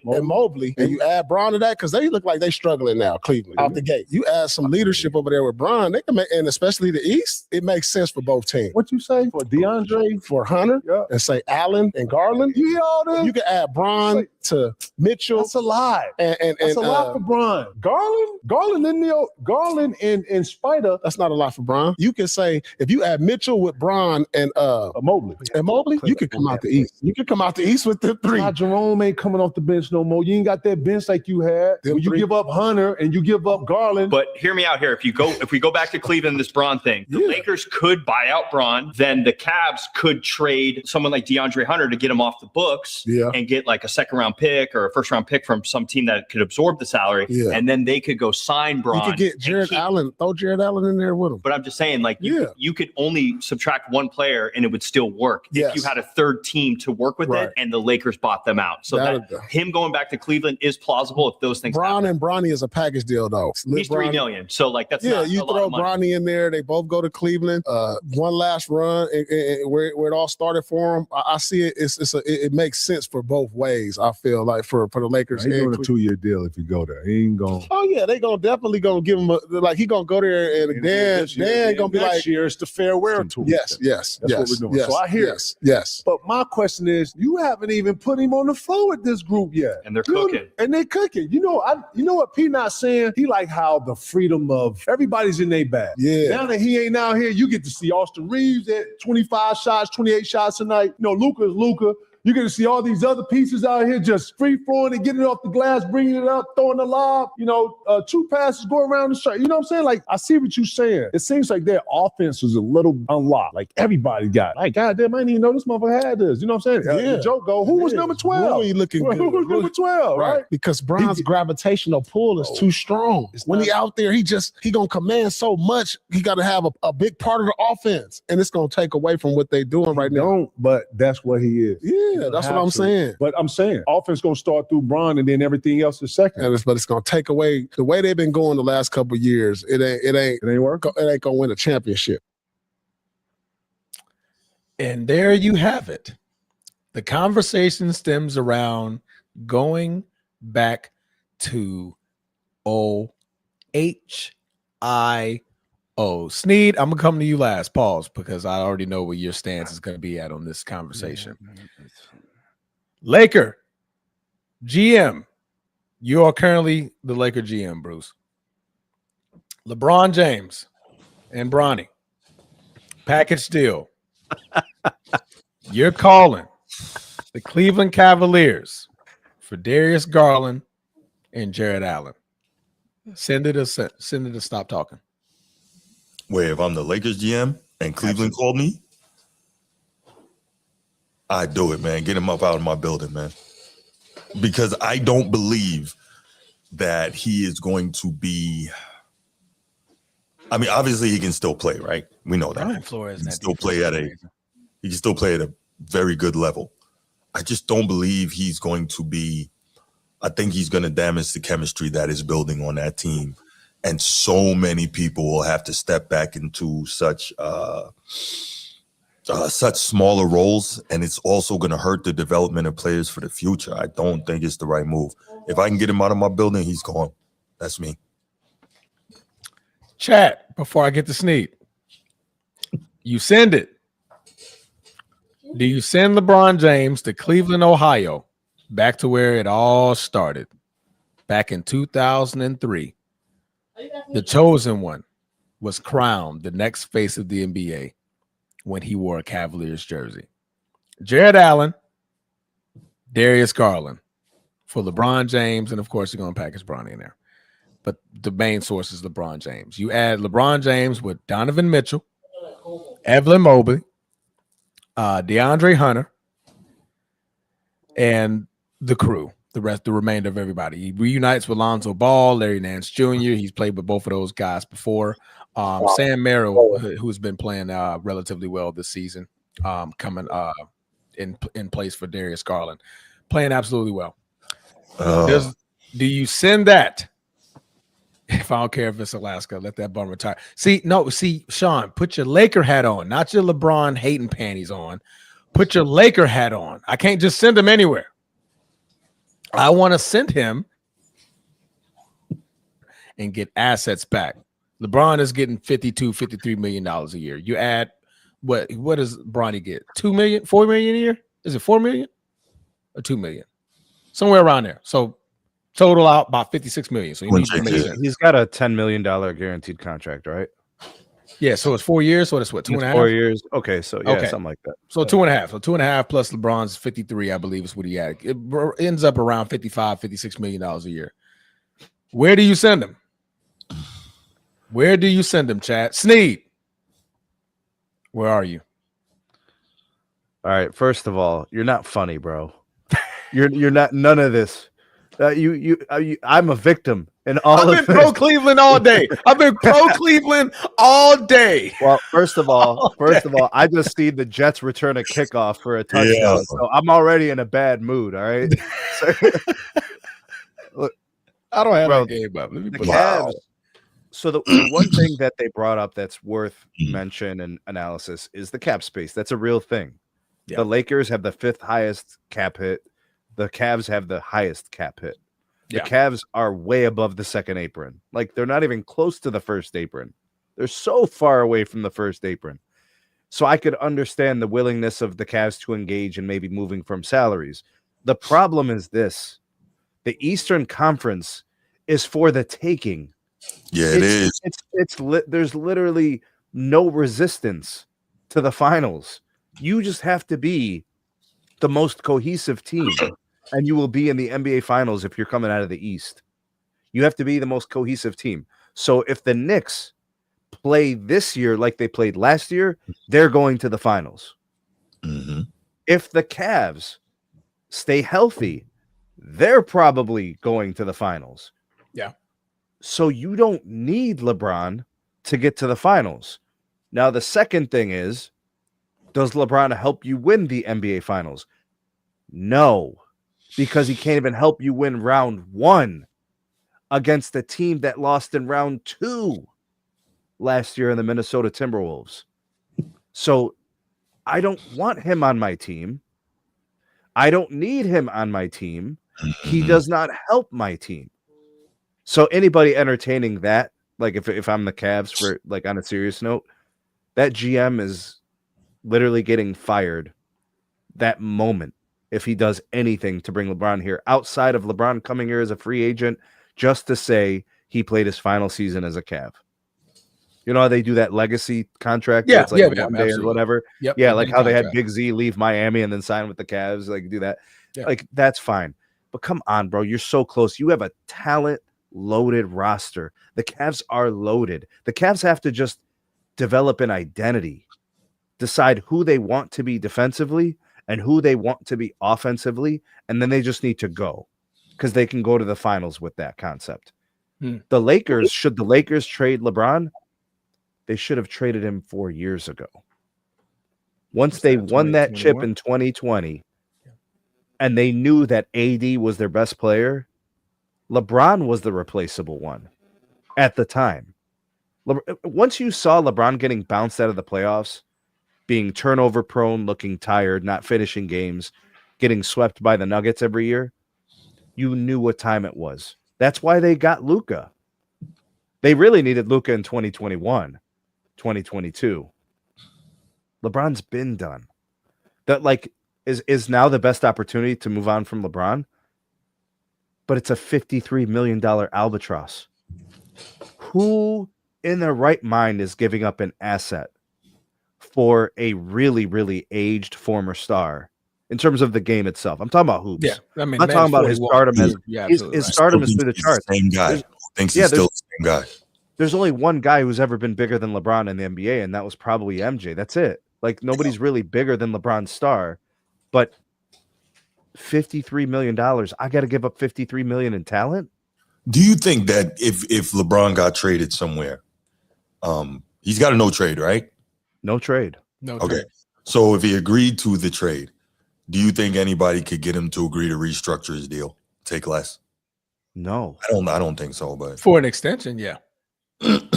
Oh, okay. Yeah, if you extend him out, he'll take less. Okay. Do you think LeBron has interest in playing 2 more years? Yes. Wow. Right. And what team is interested in that 2 years? Cleveland, Ohio. Oh my God. Bro, I don't think so, Sneed. I think they understand that. To me, Why are you clowning, bro? Stop playing, man. This is bullshit. I don't think they do, man. I don't think they believe that having him there for his farewell tour and I'm gonna find out where you live, sir. I'm gonna kick in that door, bro. I'll see you the address, man. Come on in and get yourself something to eat. Come here and get yourself something to eat, man. Yeah. Come down, cool to drink. Come down and do a live with us, man. Yeah, absolutely. Yeah. But I'll put you in a Peruvian necktie. You keep this up, bro. Wow. But no, I don't think Cleveland thinks it's worth it to mortgage and destroy their entire future just for some gimmick. You know, that's what I'm saying. I think it's more vanity than it is actually trying to win. If you pull LeBron on your now, if you get LeBron James over his career, you look at all of his victories, and you look at when he was his most dominant. What was one of the common denominators? Elite guard, Donovan Mitchell. Then you give him one of the best defenders in Evan Mobley. What does LeBron need protection at? Defense. You need to be able to hide him. You get to keep DeAndre Hunter, who I think is a great defender.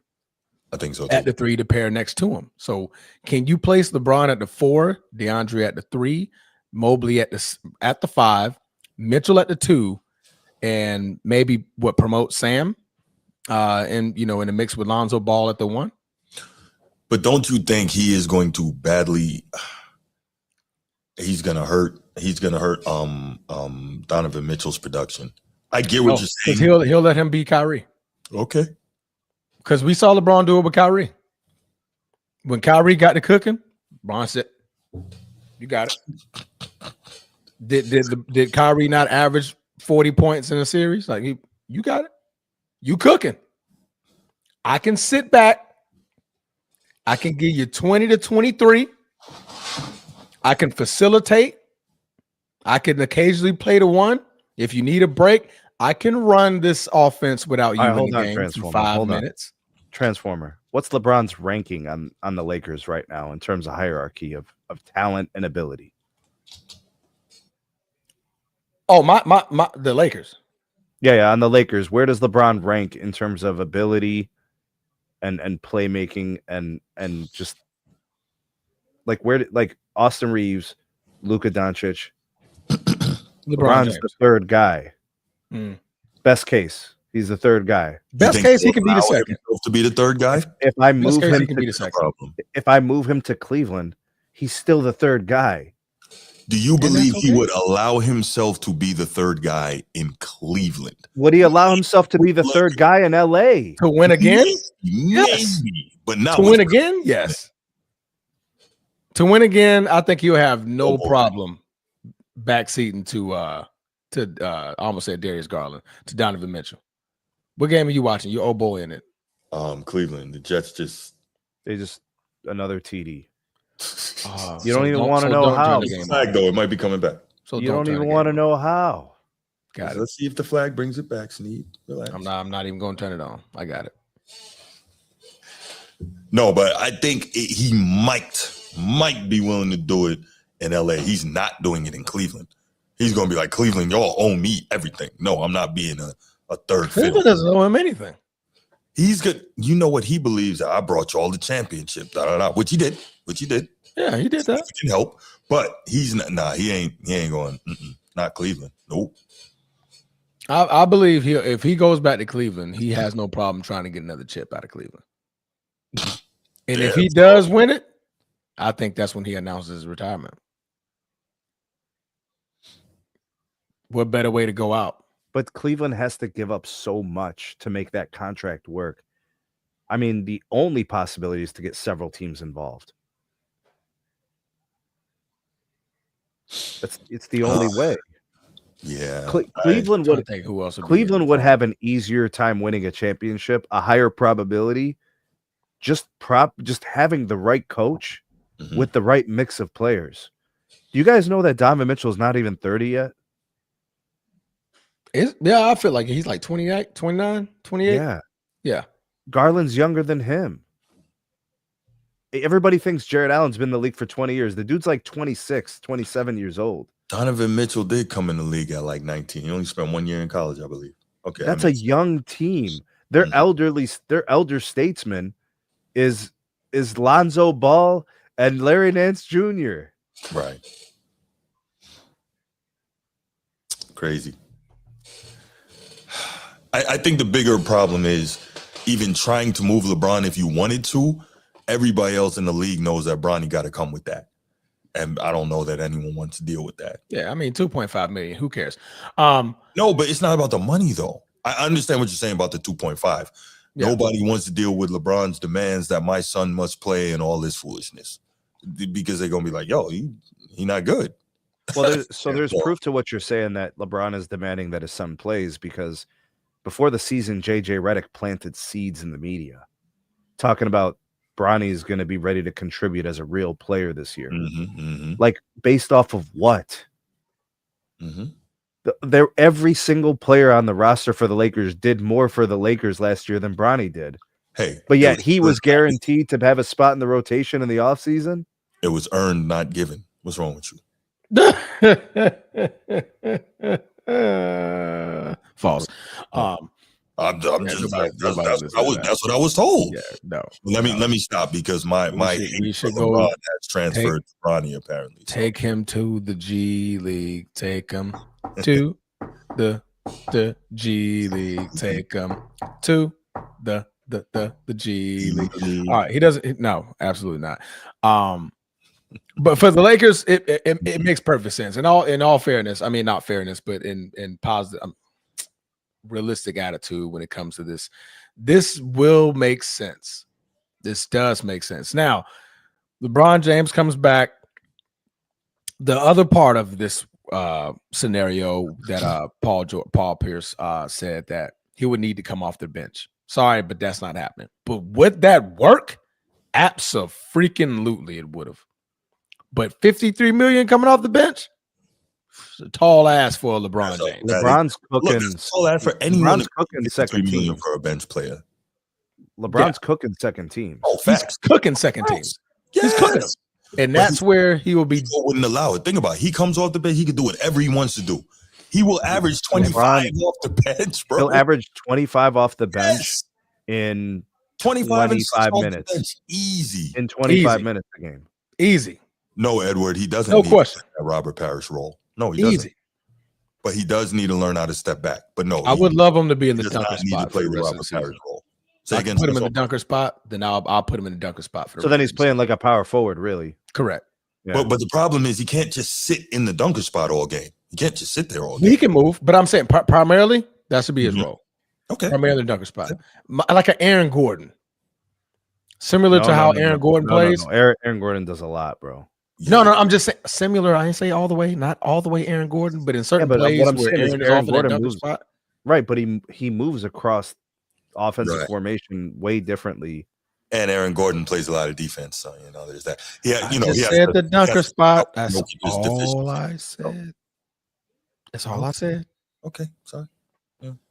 That's all I said. Now in the playoffs, I will give LeBron this last year. He did step up defensively. Against Minnesota, we were just outmatched. It wasn't. They ran him off the floor, Transformer. They just ran, and he just couldn't. But like 1-on-1, like he took the assignment on Julius Randle. He clamped him up. What did Julius Randle average for the series? Like what? 23, 24. What do you mean he took on the challenge? Did you watch the series at all? I did.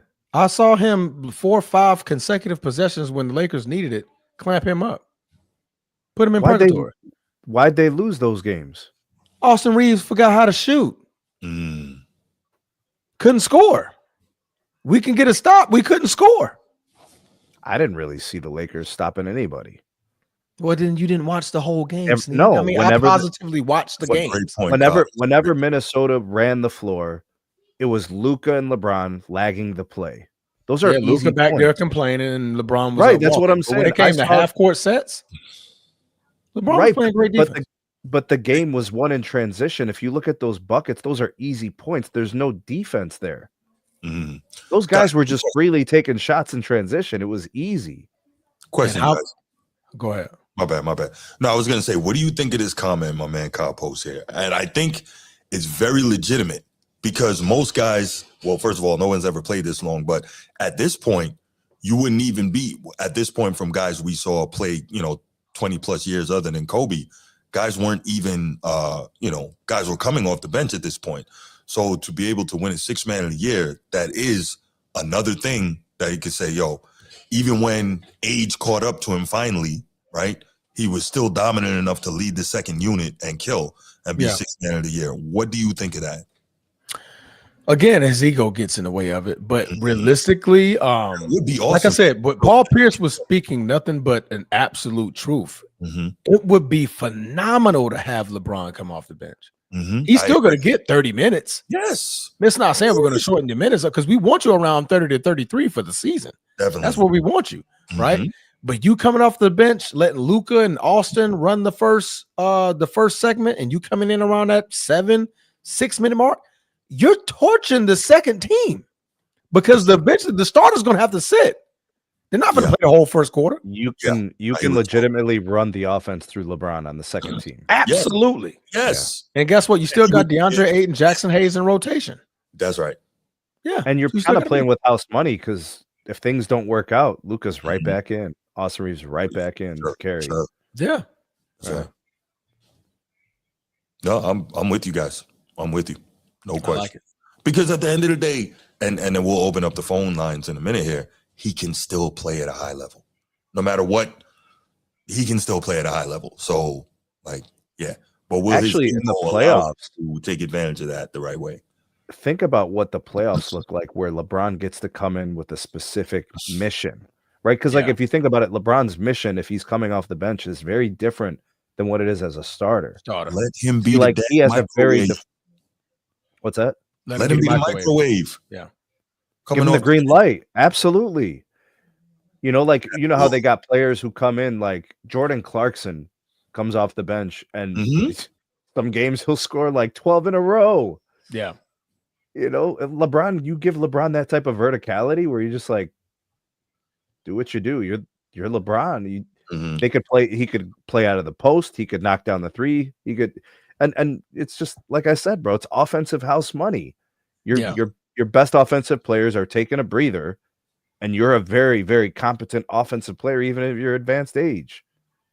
You could try some different things too. You're developing your players now. Look at what the Lakers are doing. They got guys making great plays. Like Rui's had some huge games this year. He has. Rui averages 34.6 minutes a game and 15.8. And he's a starter. So, I mean, you have, like I said, you have LeBron James coming off of your bench. Obviously, he can run the point.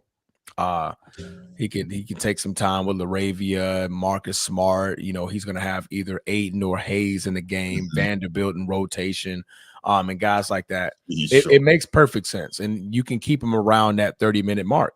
And 30 minutes for LeBron, that's plenty of time to get lathered up, and it's plenty of time for him to rest. It's 48 minutes in a basketball game. You could play LeBron at the end of the second quarter. You could play him at the end of the third quarter. Yeah, you could see he's obviously going to close the game. You could do that sort of thing. Yeah, it would definitely make sense. But then again, now unless JJ Redick does it in a way to because LeBron's ego, he has to start. Is that he plays the first 2 to 3 minutes, and you're benching him and let Luka run the rest. And LeBron checks out for 5 to 6 minutes, and then he comes in towards that 7-6 minute mark in the first quarter. Now he's running, and this is what I wanted him to do last year. That offset, okay, both y'all are going to start. Hey, mama, both y'all are going to start. But as soon as that 3 minutes in, LeBron sit down. Luka, run it, right? Let LeBron rest for that 6 to 7 minutes. When Luka sits, LeBron's in. And you can alternate back and forth where you got a primarily ball handler, great IQ, and can go get a bucket when necessary, right?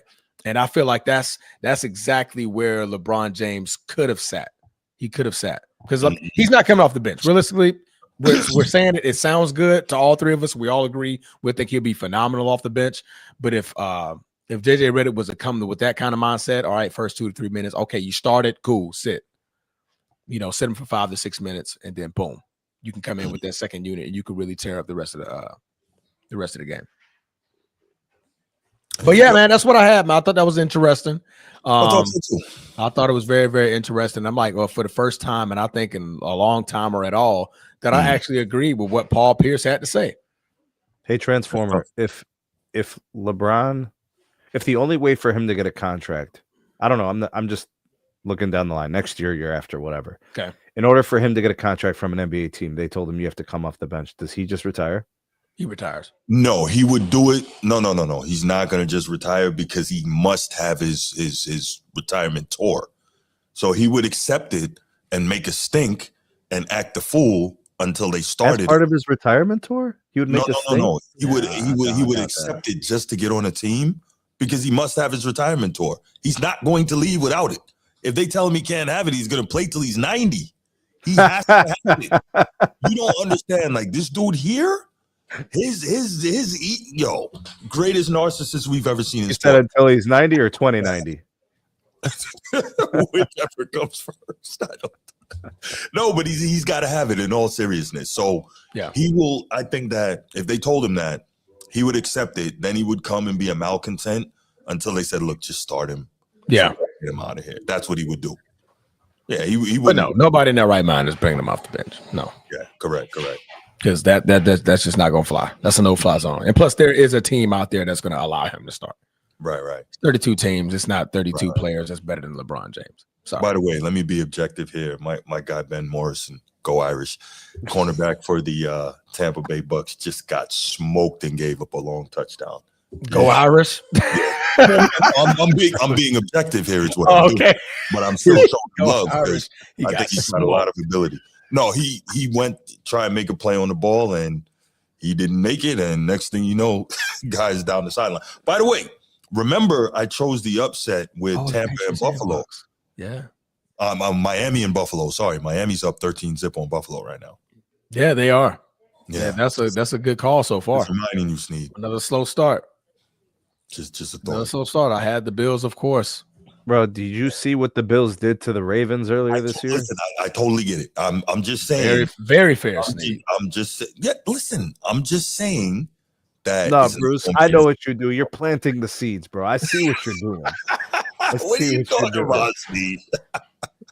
All right, let's take a couple. Oh, the Jets are scoring on special teams. That's how. Bro, I don't want to talk about it, bro. Offensively, right, they're not doing anything. Let's take a couple calls on should the Lakers trade LeBron. Call in, give your thoughts, and then we'll get up out of here.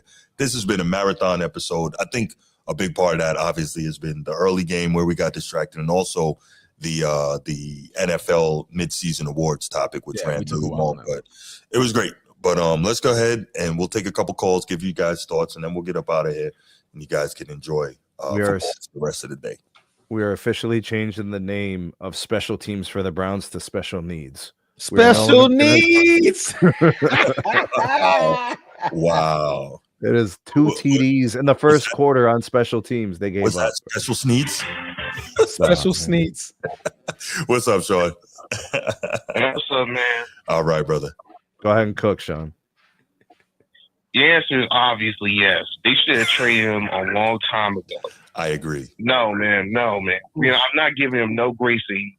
Actually, I haven't been giving him grace since, even after winning that championship. LeBron actually had lied to the Laker Nation about him limiting his minutes. I thought it was smart. You know what I mean? I thought, like, okay, this is a first step, sacrifice his team. No, after 15 games, he said, nah, screw that. I'm going to get that scoring record. I mean, why not? You know what I mean? They ain't going to put the accountability on me. And that is why I cannot give grace to them. I'm not going to curse on there. I'm not giving grace to him, man. The dude should have been out of here a long time ago. I don't care where he get traded. Since Dallas looking like trash, you might as well bring the rest of the trash in. Sanford and Son. Nice. Bring all the trash. Bring that trash family and put it back over in Dallas.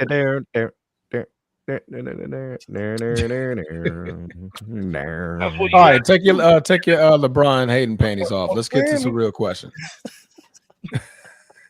I mean, we know you hate the man, godly. If I'm looking as far as like him going to Cleveland, we gotta have to get Jarrett Allen. I think that's a big part of it. Yeah. Yeah, some draft picks. I don't care if it's first or second round. Yeah. At this But point, Darius Garland doesn't fit there though. No, In LA. because he'll get in the Darius way Garland. of Austin Reeves and Luka. I think he would. I think they look more adaptable with big men than I ever seen with Bron. You know what I mean? Unlike him, they actually play well with center. You know what I mean? While Bron, his success is with stretch fours. So I think with Jared Allen, he will be better than what Jackson Hayes does. And him and Aiden could actually be a good pairing when it comes to defense. Because that's what we need, you know what I mean? But or we don't even need to get Jared Allen. We just need to get more defensive guys, you know what I mean? Defensive forwards, you know, power forwards, and that's it. But, you know what I mean, because of today's era where everybody nowadays doesn't play that much defense, it's hard to gauge who actually plays good defense. It's hard. Mm-hmm. You know, nowadays everyone gas up guys like listen, man, you know, the Laker Nation was so desperate. We thought like Dorian Finney-Smith was like this good defender. I said, man, that dude ain't playing no defense to his life. And you know when he came over there, Vando was their best defender. Yeah, it was Vando's never been their best defender for 2 years. 3 years. He's been their best defender. Vando was cool, but he just can't shoot. He's very inconsistent with man-to-man defense. And, you know, the dude's still trying to shoot threes. He's still trying to be something he's not.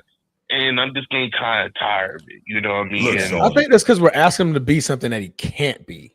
Like he can't shoot.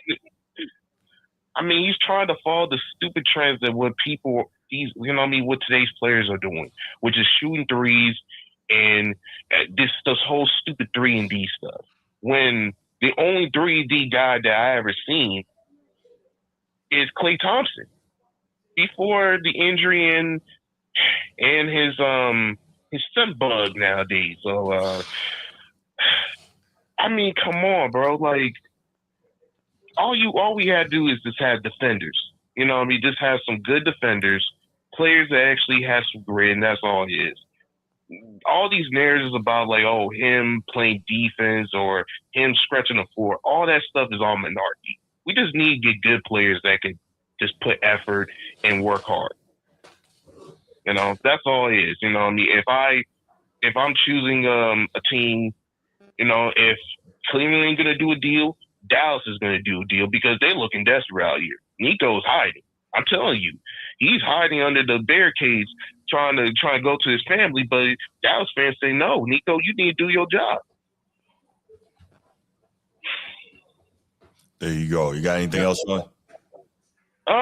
No, that's about it, man. Like, yeah, I agree. I absolutely agree with Steve. He should have been out here years ago, and that's that. You know. No doubt. Yeah. Well, I appreciate it. No problem. Thank you for the call. I think the trouble with trying to proactively trade him, which would have been like 2021, 22, it would have been an admission that the era was over. And I think the Lakers have always tried to sell their fan base on the biggest stars here. We're always going to be competing for a chip. AD is in his prime. Right. Like we still have this chance. And if you saw when they were losing in the playoffs, they were getting past the first round. Right, they were getting to the second round, and I think the Western Conference Finals against the Nuggets in 22 or 23. So, like, they were competitive, but they weren't championship material. Yeah, and then after that was the theatricals of the point passing Kareem. Then after that was the father-son thing, like the theatricals. So I think if you look at this point, LeBron's run out of theatricals. There's nothing left. You know, he'll find something. That's what they do. No, your team in the clutch to help him find it. When did Mark want that? Mark want championships. Marky, my boy Marky, talked to Marky the other day. Boy, good long talk. Transformer, you're an objective Laker fan with respect to LeBron, right? Yeah. What year did you kind of know it was the year we didn't run it back? 2021. You knew in 21 it was kind of a wrap. We didn't run it back. We traded away the reasons why we got there. Yeah, it's been a wrap. Ever since then, I blame LeBron and Rob for then wanting Russell Westbrook. Like we were so far removed Alice Caruso, JaVale McGee, Dwight Howard, Rajon Rondo. Those were the reasons and key cogs on why we were so great in 2020. So we could defend, we could score, everything. We can rebound. We could, if you're playing a big, we got three bigs that's going to muddy up the works. AD, Dwight Howard, JaVale McGee. Nobody's coming inside. I agree with you 100%. Yeah. I think everything you said is spot on. And I had that same energy for the Nuggets when they won it and didn't traded it away. Like piece by Bruce piece Brown, was disappearing. Right. Yeah. And KCP and stuff. I agree. Yeah. When we traded it away, I was just like, oh, well, we just. Rob just really thought one was good enough, bro? Is that what this boils down to? Rob says one is good enough? No, I don't know. Look, as much as I hate to say it, this is the Lakers. They know one is not good enough. They just didn't know how to get out of the mess that they got themselves into. They knew better than that, and they would never knowingly accept only one. This is the Lakers, bro. Like, they're not just some regular team, right? We like multiple. Yeah, for sure. One is just not enough. So even I can admit that. So no, I don't believe that at all. No. Yeah. Because what we made it to the conference finals, and when we got swept by the Denver Nuggets, and then when we made it to the conference finals, we saw if we would have had that same 2020 team, we would have been right back in the finals. Right. Because what couldn't we stop? Jokic. Right. Nino, the man was bombing away from 35 feet. Man? Go ahead, Bill. Maintain it, man. Maintain it. What you got? Been a great show, man. Appreciate that. Trade Bron. I agree with Cleveland for one. If Cleveland trade for Bron, somebody need to get fired for sure. Facts. Unless they trade players that they don't want. But I think them young guys could make a little noise. They don't got that. You can't trade guys you don't want for $52 million in contracts. Huh? Yes, you can. You can't make but it's only for 1 year, though. Look, this is my point of why trading Bron would be the stupidest thing the Lakers do. Yeah, but do you know how many players it takes to make $52 million from players you don't want? That's why the third team. It takes a lot of pennies to make $1, sir. For sure. That's why you get the third team. The money comes off the book each year. So if the Lakers want 50 off the book, what they gotta do is wait until the end of this year. They can go get another max player if they want that. Or they can get multiple pieces. If they trade that and get pieces that don't work, that's just for trading them, man. That is crazy. If they don't want them, let them sit and buy them out. If that's what you want to do.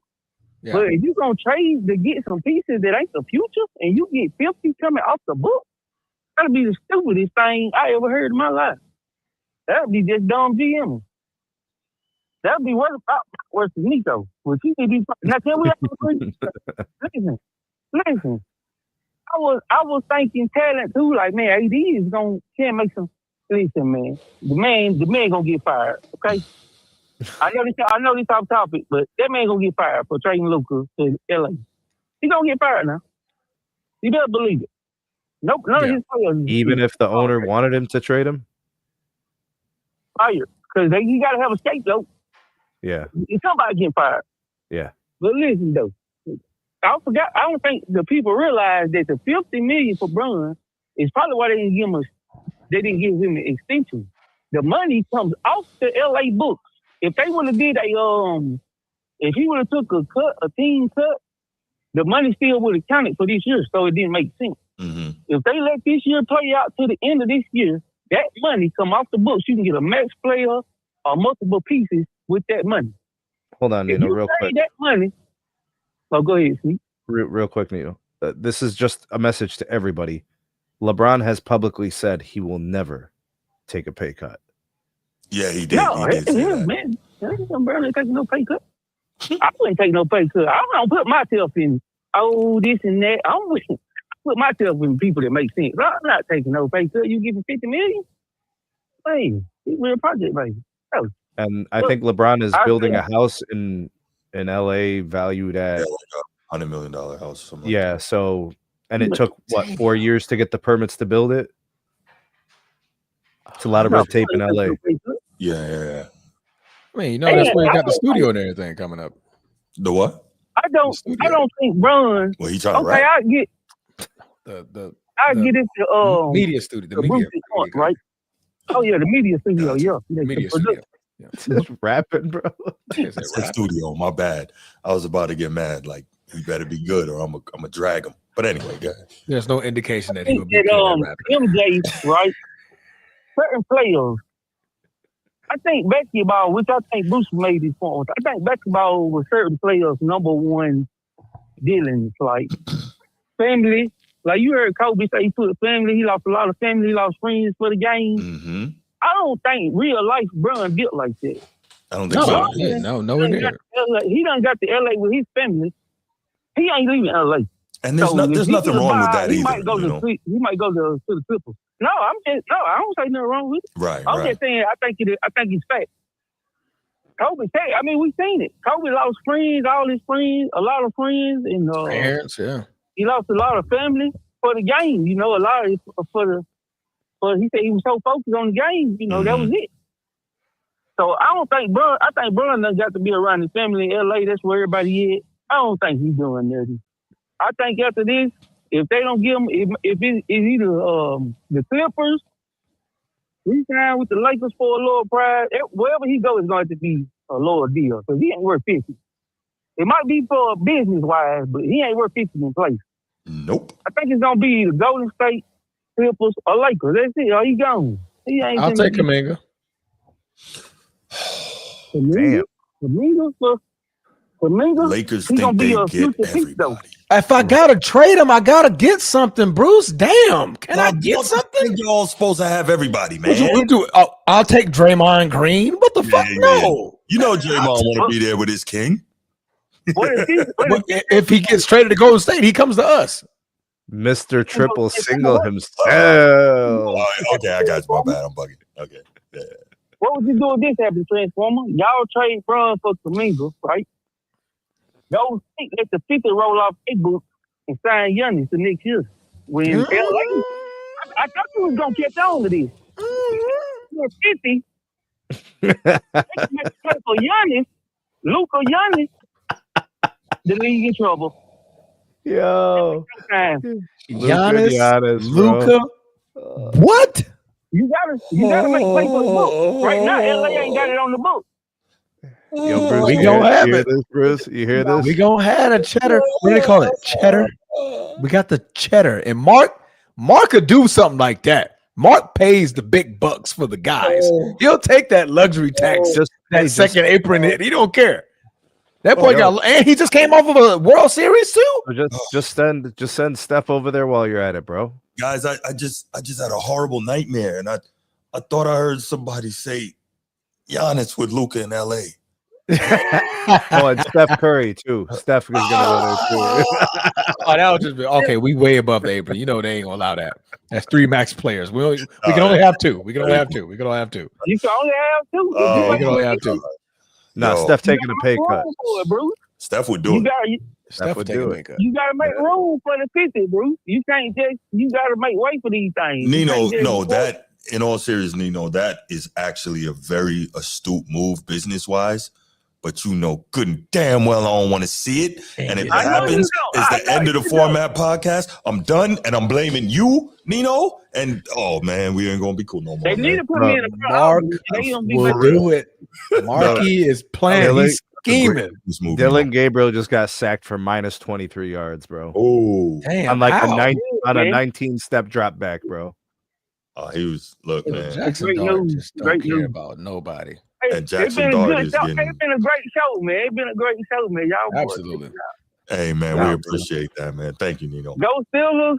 Sneed, I hope y'all lose every game. All right. Damn. All right, Nino. How you gonna hope for the thing that's probably gonna happen? That's messed up, Nino. I hate you too, bro.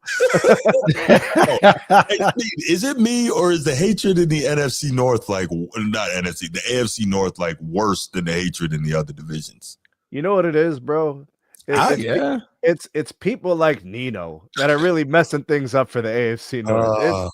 It's Nino, it's Edward, it's those guys. I would say it's close as the NFC North, but it's been one ruler for so long that there's no parity in it. But think about this, right? You got the Ravens and the Steelers that really hate each other. I don't know if you heard the story. I think it was Hines Ward or Ryan Clark telling the story. It was Ravens week one time, and the lady that worked in the Steelers front office came in with a purple shirt on, and they sent her home to change. Bro, because it was Ravens week. We're gonna do a quick history lesson. This is gonna be really fast. What you got, man? The AFC North. How come you get to do history lessons? But go ahead. Listen. Because he'll keep it in the last 20 to 30 years. Right. The AFC North is basically Cleveland. So let me explain. The Bengals are of Cleveland. Yep. That's literally from that's no, but like the Paul Brown thing. Paul Brown was kicked out of Cleveland. By Art Modell. Yeah. So the Bengals exist because of the Ravens exist because of Cleveland. That's true. The AFC North is Cleveland. Other than the Steelers, Okay. But even the Steelers only have notoriety because of the rivalry with Cleveland. And actually, prior to the 2000s, the Browns were kicking their ass for 50 years. Well, isn't that a stretch when the Steelers had like 4 titles in the 70s, though? And then what did they do to Cleveland outside of that decade? Just saying. Nothing. I get it. No, Cleveland was really good in the 80s. Absolutely. Art Modell is single-handedly responsible for the mold that the AFC North has turned into. That's true.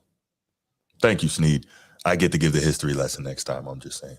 Yeah, because keep it in the 1900s. You'll be lying, bro. He'll be talking about how the Ravens are everything. And bro, please, guys just got here. Man, I'm objective. You know that. You guys just got here. Go Irish. Yeah. I just said it. There's no reason to say it. There's always a reason to say it. But right on, bro. Right on. All right, y'all. Listen. Okay, 401. This is a 4-hour show marathon. We appreciate all y'all for sticking with us. This was really stop. This was I really enjoyed doing this show. We had some great topics here. We didn't mean to run this long, but sometimes it happens. And I had my. But it was good stuff, man. It was great stuff. Honestly. Sure. So thank you so much for being here. If you like the show, like and subscribe to the channel, share. I'm going to go try to update this with the time hacks now, the timestamps with the timestamps now, so we can have those. And we'll be back next time, probably Tuesday morning with the weekly review. And then of course, Tuesday night, we got college football. Wednesday, we got a 4-topic show, and we'll Buckeyes. I will make sure I get you guys the members only show this week. All right. Trying to have a guest come through, trying to make that work, trying to make that happen. But appreciate all y'all. And we out. We out. Yeah.